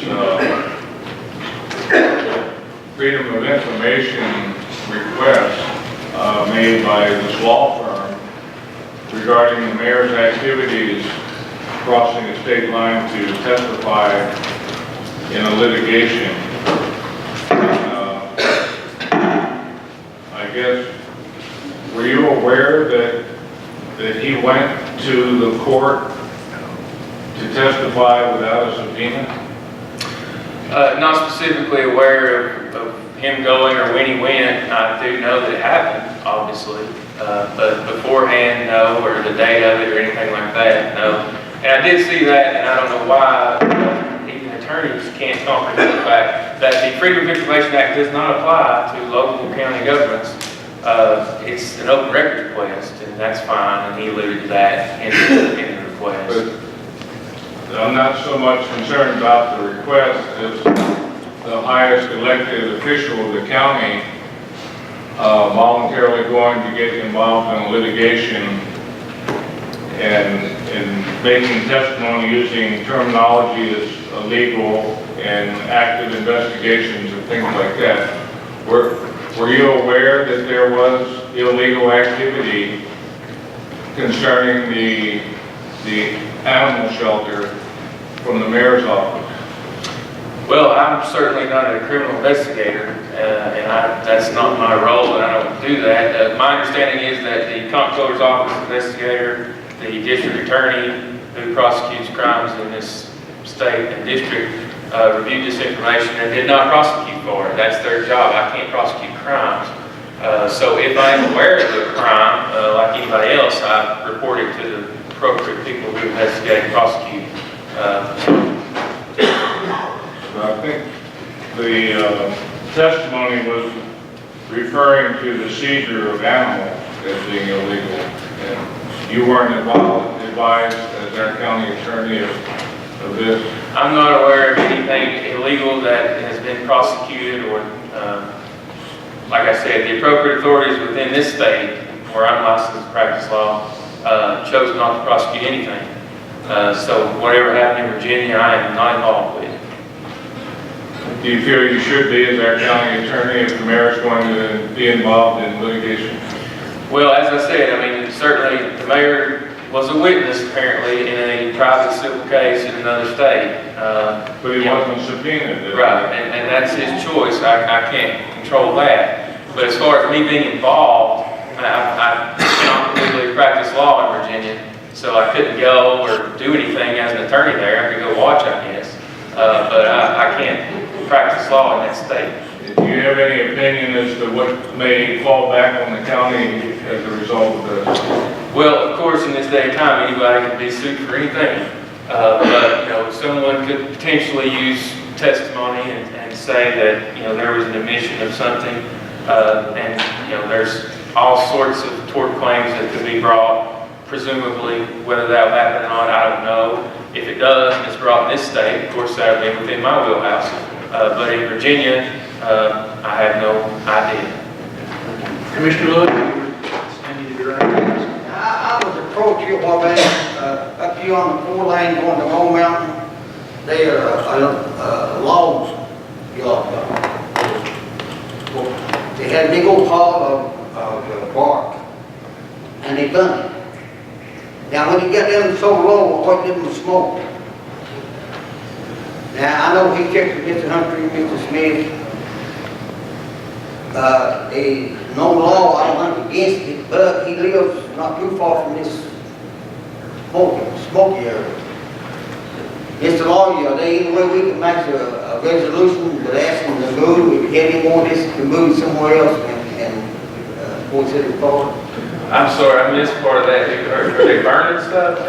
Okay, they had a pile of bark that they got off. At the lumber yard? Yeah, it was pretty good size. Okay, he burned it. Now, when he got down so low, it wasn't up to smoke. And this is the hops don't live too far from this place. And it smoked about a week. Of course, he did go through the proper channels to ask people what to do about it. Nobody said they wouldn't break no law. But maybe we can get you about him a letter or Mr. Schuler. If he had anything else to do, he got the equipment to move it. He could move it and burn it somewhere else and not in this guy's backyard. I mean, I would have to defer to Mr. Schuler on that. If he's properly operating the business in the proper zone for the business and he's licensed to do it, I mean, I don't think that there's anything we can do to restrict that, and especially if it meets environmental approvals and things in the state law. But I would defer to Mr. Schuler on that. Director Schuler? Yes, sir. I checked for Mr. Hopkins on that information, and I spoke with TDEC, and I spoke with Air Quality from TDEC. And being that it is agricultural use, and log yards do fall under forestry and agricultural, that there's no really anything they can do about it. I had spoken several years back with the other log yard, and they actually physically started moving their materials out. I stopped up there and I spoke with one individual who was not the boss, but after that, they did put the fire out, if you remember correctly. And I'm still waiting on that boss to give me a call back. If not, when they get the pile back up, then I'll go over and speak with him about having them removed. Well, I didn't know whether it's come under a nuisance law or not. Well, like It'd be a nuisance. Attorney Hart stated that a nuisance, you can sue anybody for anything. You know, that's his civil rights, that he can go in there and sue that individual company if he'd like to. I don't think he'd get very far in the state of Tennessee federally, maybe, but I doubt it very much because it's agriculture. Okay, thank you. He could bring a private nuisance action on his own, but as far as the county, I mean, we can only operate within our regulations now because they change the regulations. But of course, this gentleman probably grandfathered in, and you can't just change them on the fly. Any other commission comments? Mr. Mann? Mr. Johnson? You want to go ahead? Go ahead. I'm wondering if my comment could be to the mayor concerning what objective criteria did you have to testify in an out-of-state court that illegal activity was going on in Carter County? Can I ask you that? You told me, Mr. Meehan? Yes, you knew I was. Sir, I thought I addressed that earlier during public comments. You said you would help people that needed help. I do. And this particular lady approached me in October of last year with a need. And as a result, I followed up on that need. I did my own investigation. No, I'm not licensed, but I'm not licensed to be an auditor or anything else, but that falls within the scope of my office, sir. And as a result, we found certain information that has not been disclosed, and I won't disclose it because this is a legal matter in the courts of the state of Virginia. The Sessions Court has already ruled, sir. They have already ruled in this matter. It's not a matter for you, as I told you earlier. It's not a matter for me. It's not a matter for the county attorney or the chairman of this commission. It's a civil matter. Whether you agree or not, sir, it's totally out of your scope. It's out of this commission's scope. It's out of these concerned citizens. You're the highest elected official in Park County, and you're going out saying that we're doing illegal things here, and without an attorney to help you in your testimony. I find that highly irregular. Sir, everything that I have done since I've been here, you find highly irregular. There's objection, point of order to every statement I've ever tried to make. So I'm sorry, Mr. Meehan. I'm trying to answer the question. Gentlemen. Mr. Chairman, let me answer your question. Yes. Commissioner Meehan, let him answer the question. As I stated earlier in my address during public comments, a constituent came to me that had been wronged by someone. I investigated.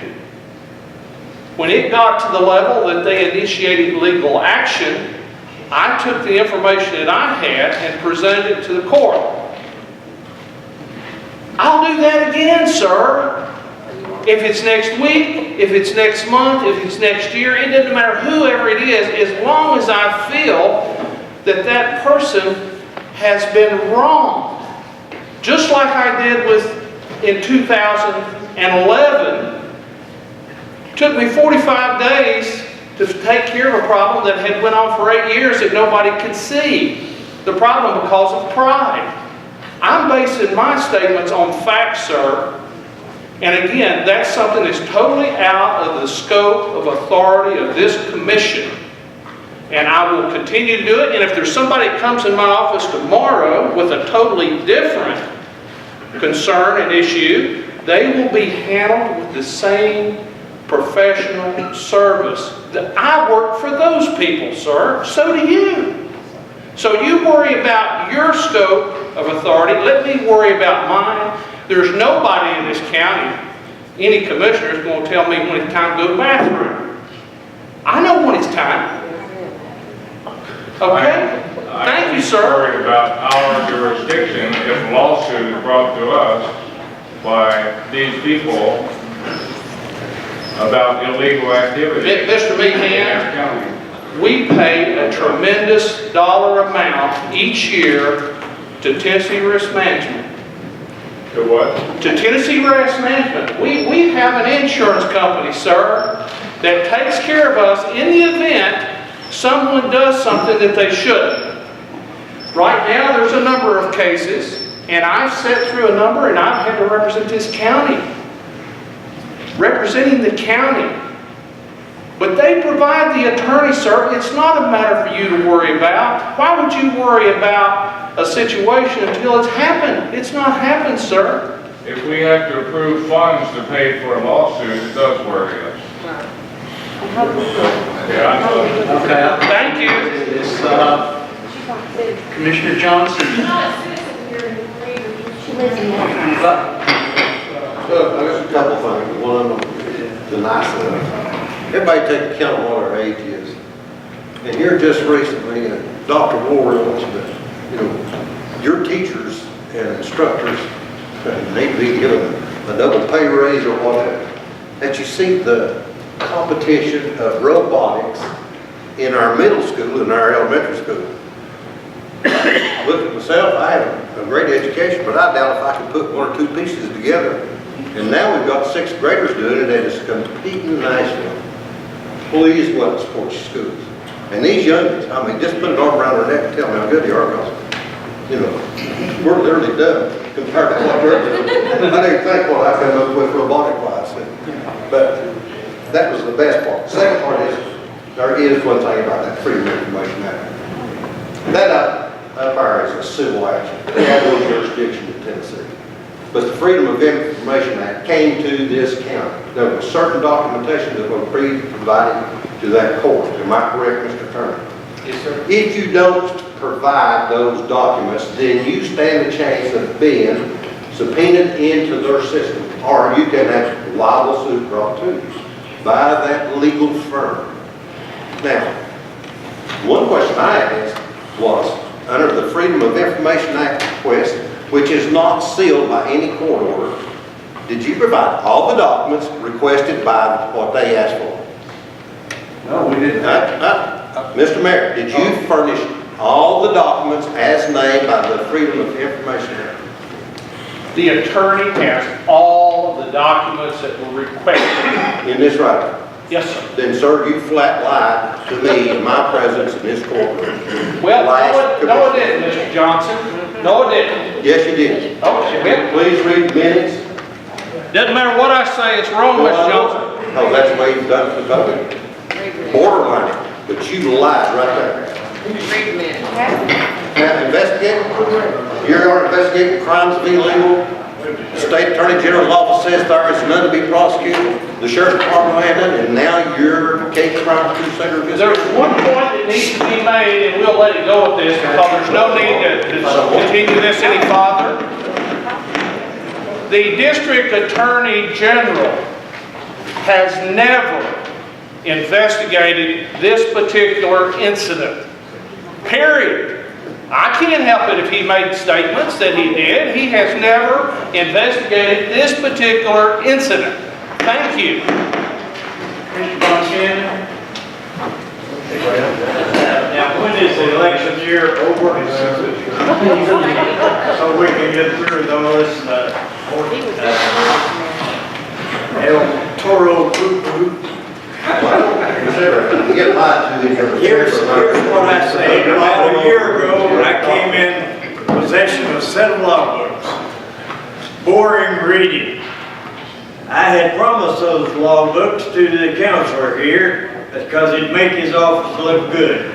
I've withdrawn that now, and I'm going to give half of them to Mr. Meehan and half of them to our other counselor here. Mr. Chairman, I have more time in courtrooms than you have in bathroom time. I'm certified federal, state, and local. I have over more than 700 cases. So I'm going to say you're listening to something.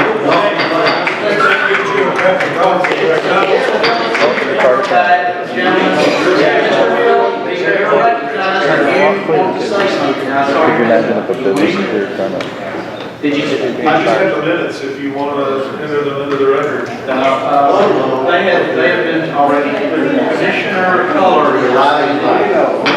Page 659, if anybody wants to go home and look that up as their homework. Commissioner Color? I do not have those records. Mayor Humphrey replied, it's a quotation. Okay, they're in our minutes, which have been. Thank you, Chairman Aco. I just want to remind everybody, in your packet, you have a new calendar for the budget hearings that are starting April 2nd. We're working on the budget, so if you want some information, you might want to set the hearing presented to the budget committee. Go back to what Mr. Johnson said about the robotics. I think there's some monetary donations will be very well accepted, I believe. Dr. Ward's still here. I believe I saw that on Facebook, so if you're real proud of me, you might want to take a little bit of money down. And the other thing is on a, I guess a personal note, I can do it. I've been on the budget committee for about 4 years now, and I started out with Ingrid, and she was very good to work with. When I took over the chair, I had Ms. Krista, and I want to say how much I appreciate her, all her work, all her answers to my questions.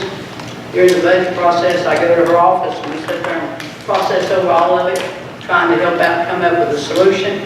We've been accused of setting the budget, even though there's 8 people that vote on it and 24 commissioners. But she's always there to help you and work with you.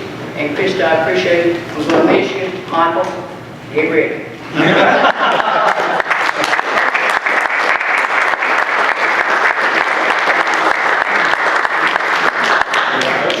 adjourn. We have a motion to adjourn, seeing no objection, we adjourn. Pick up your cups back.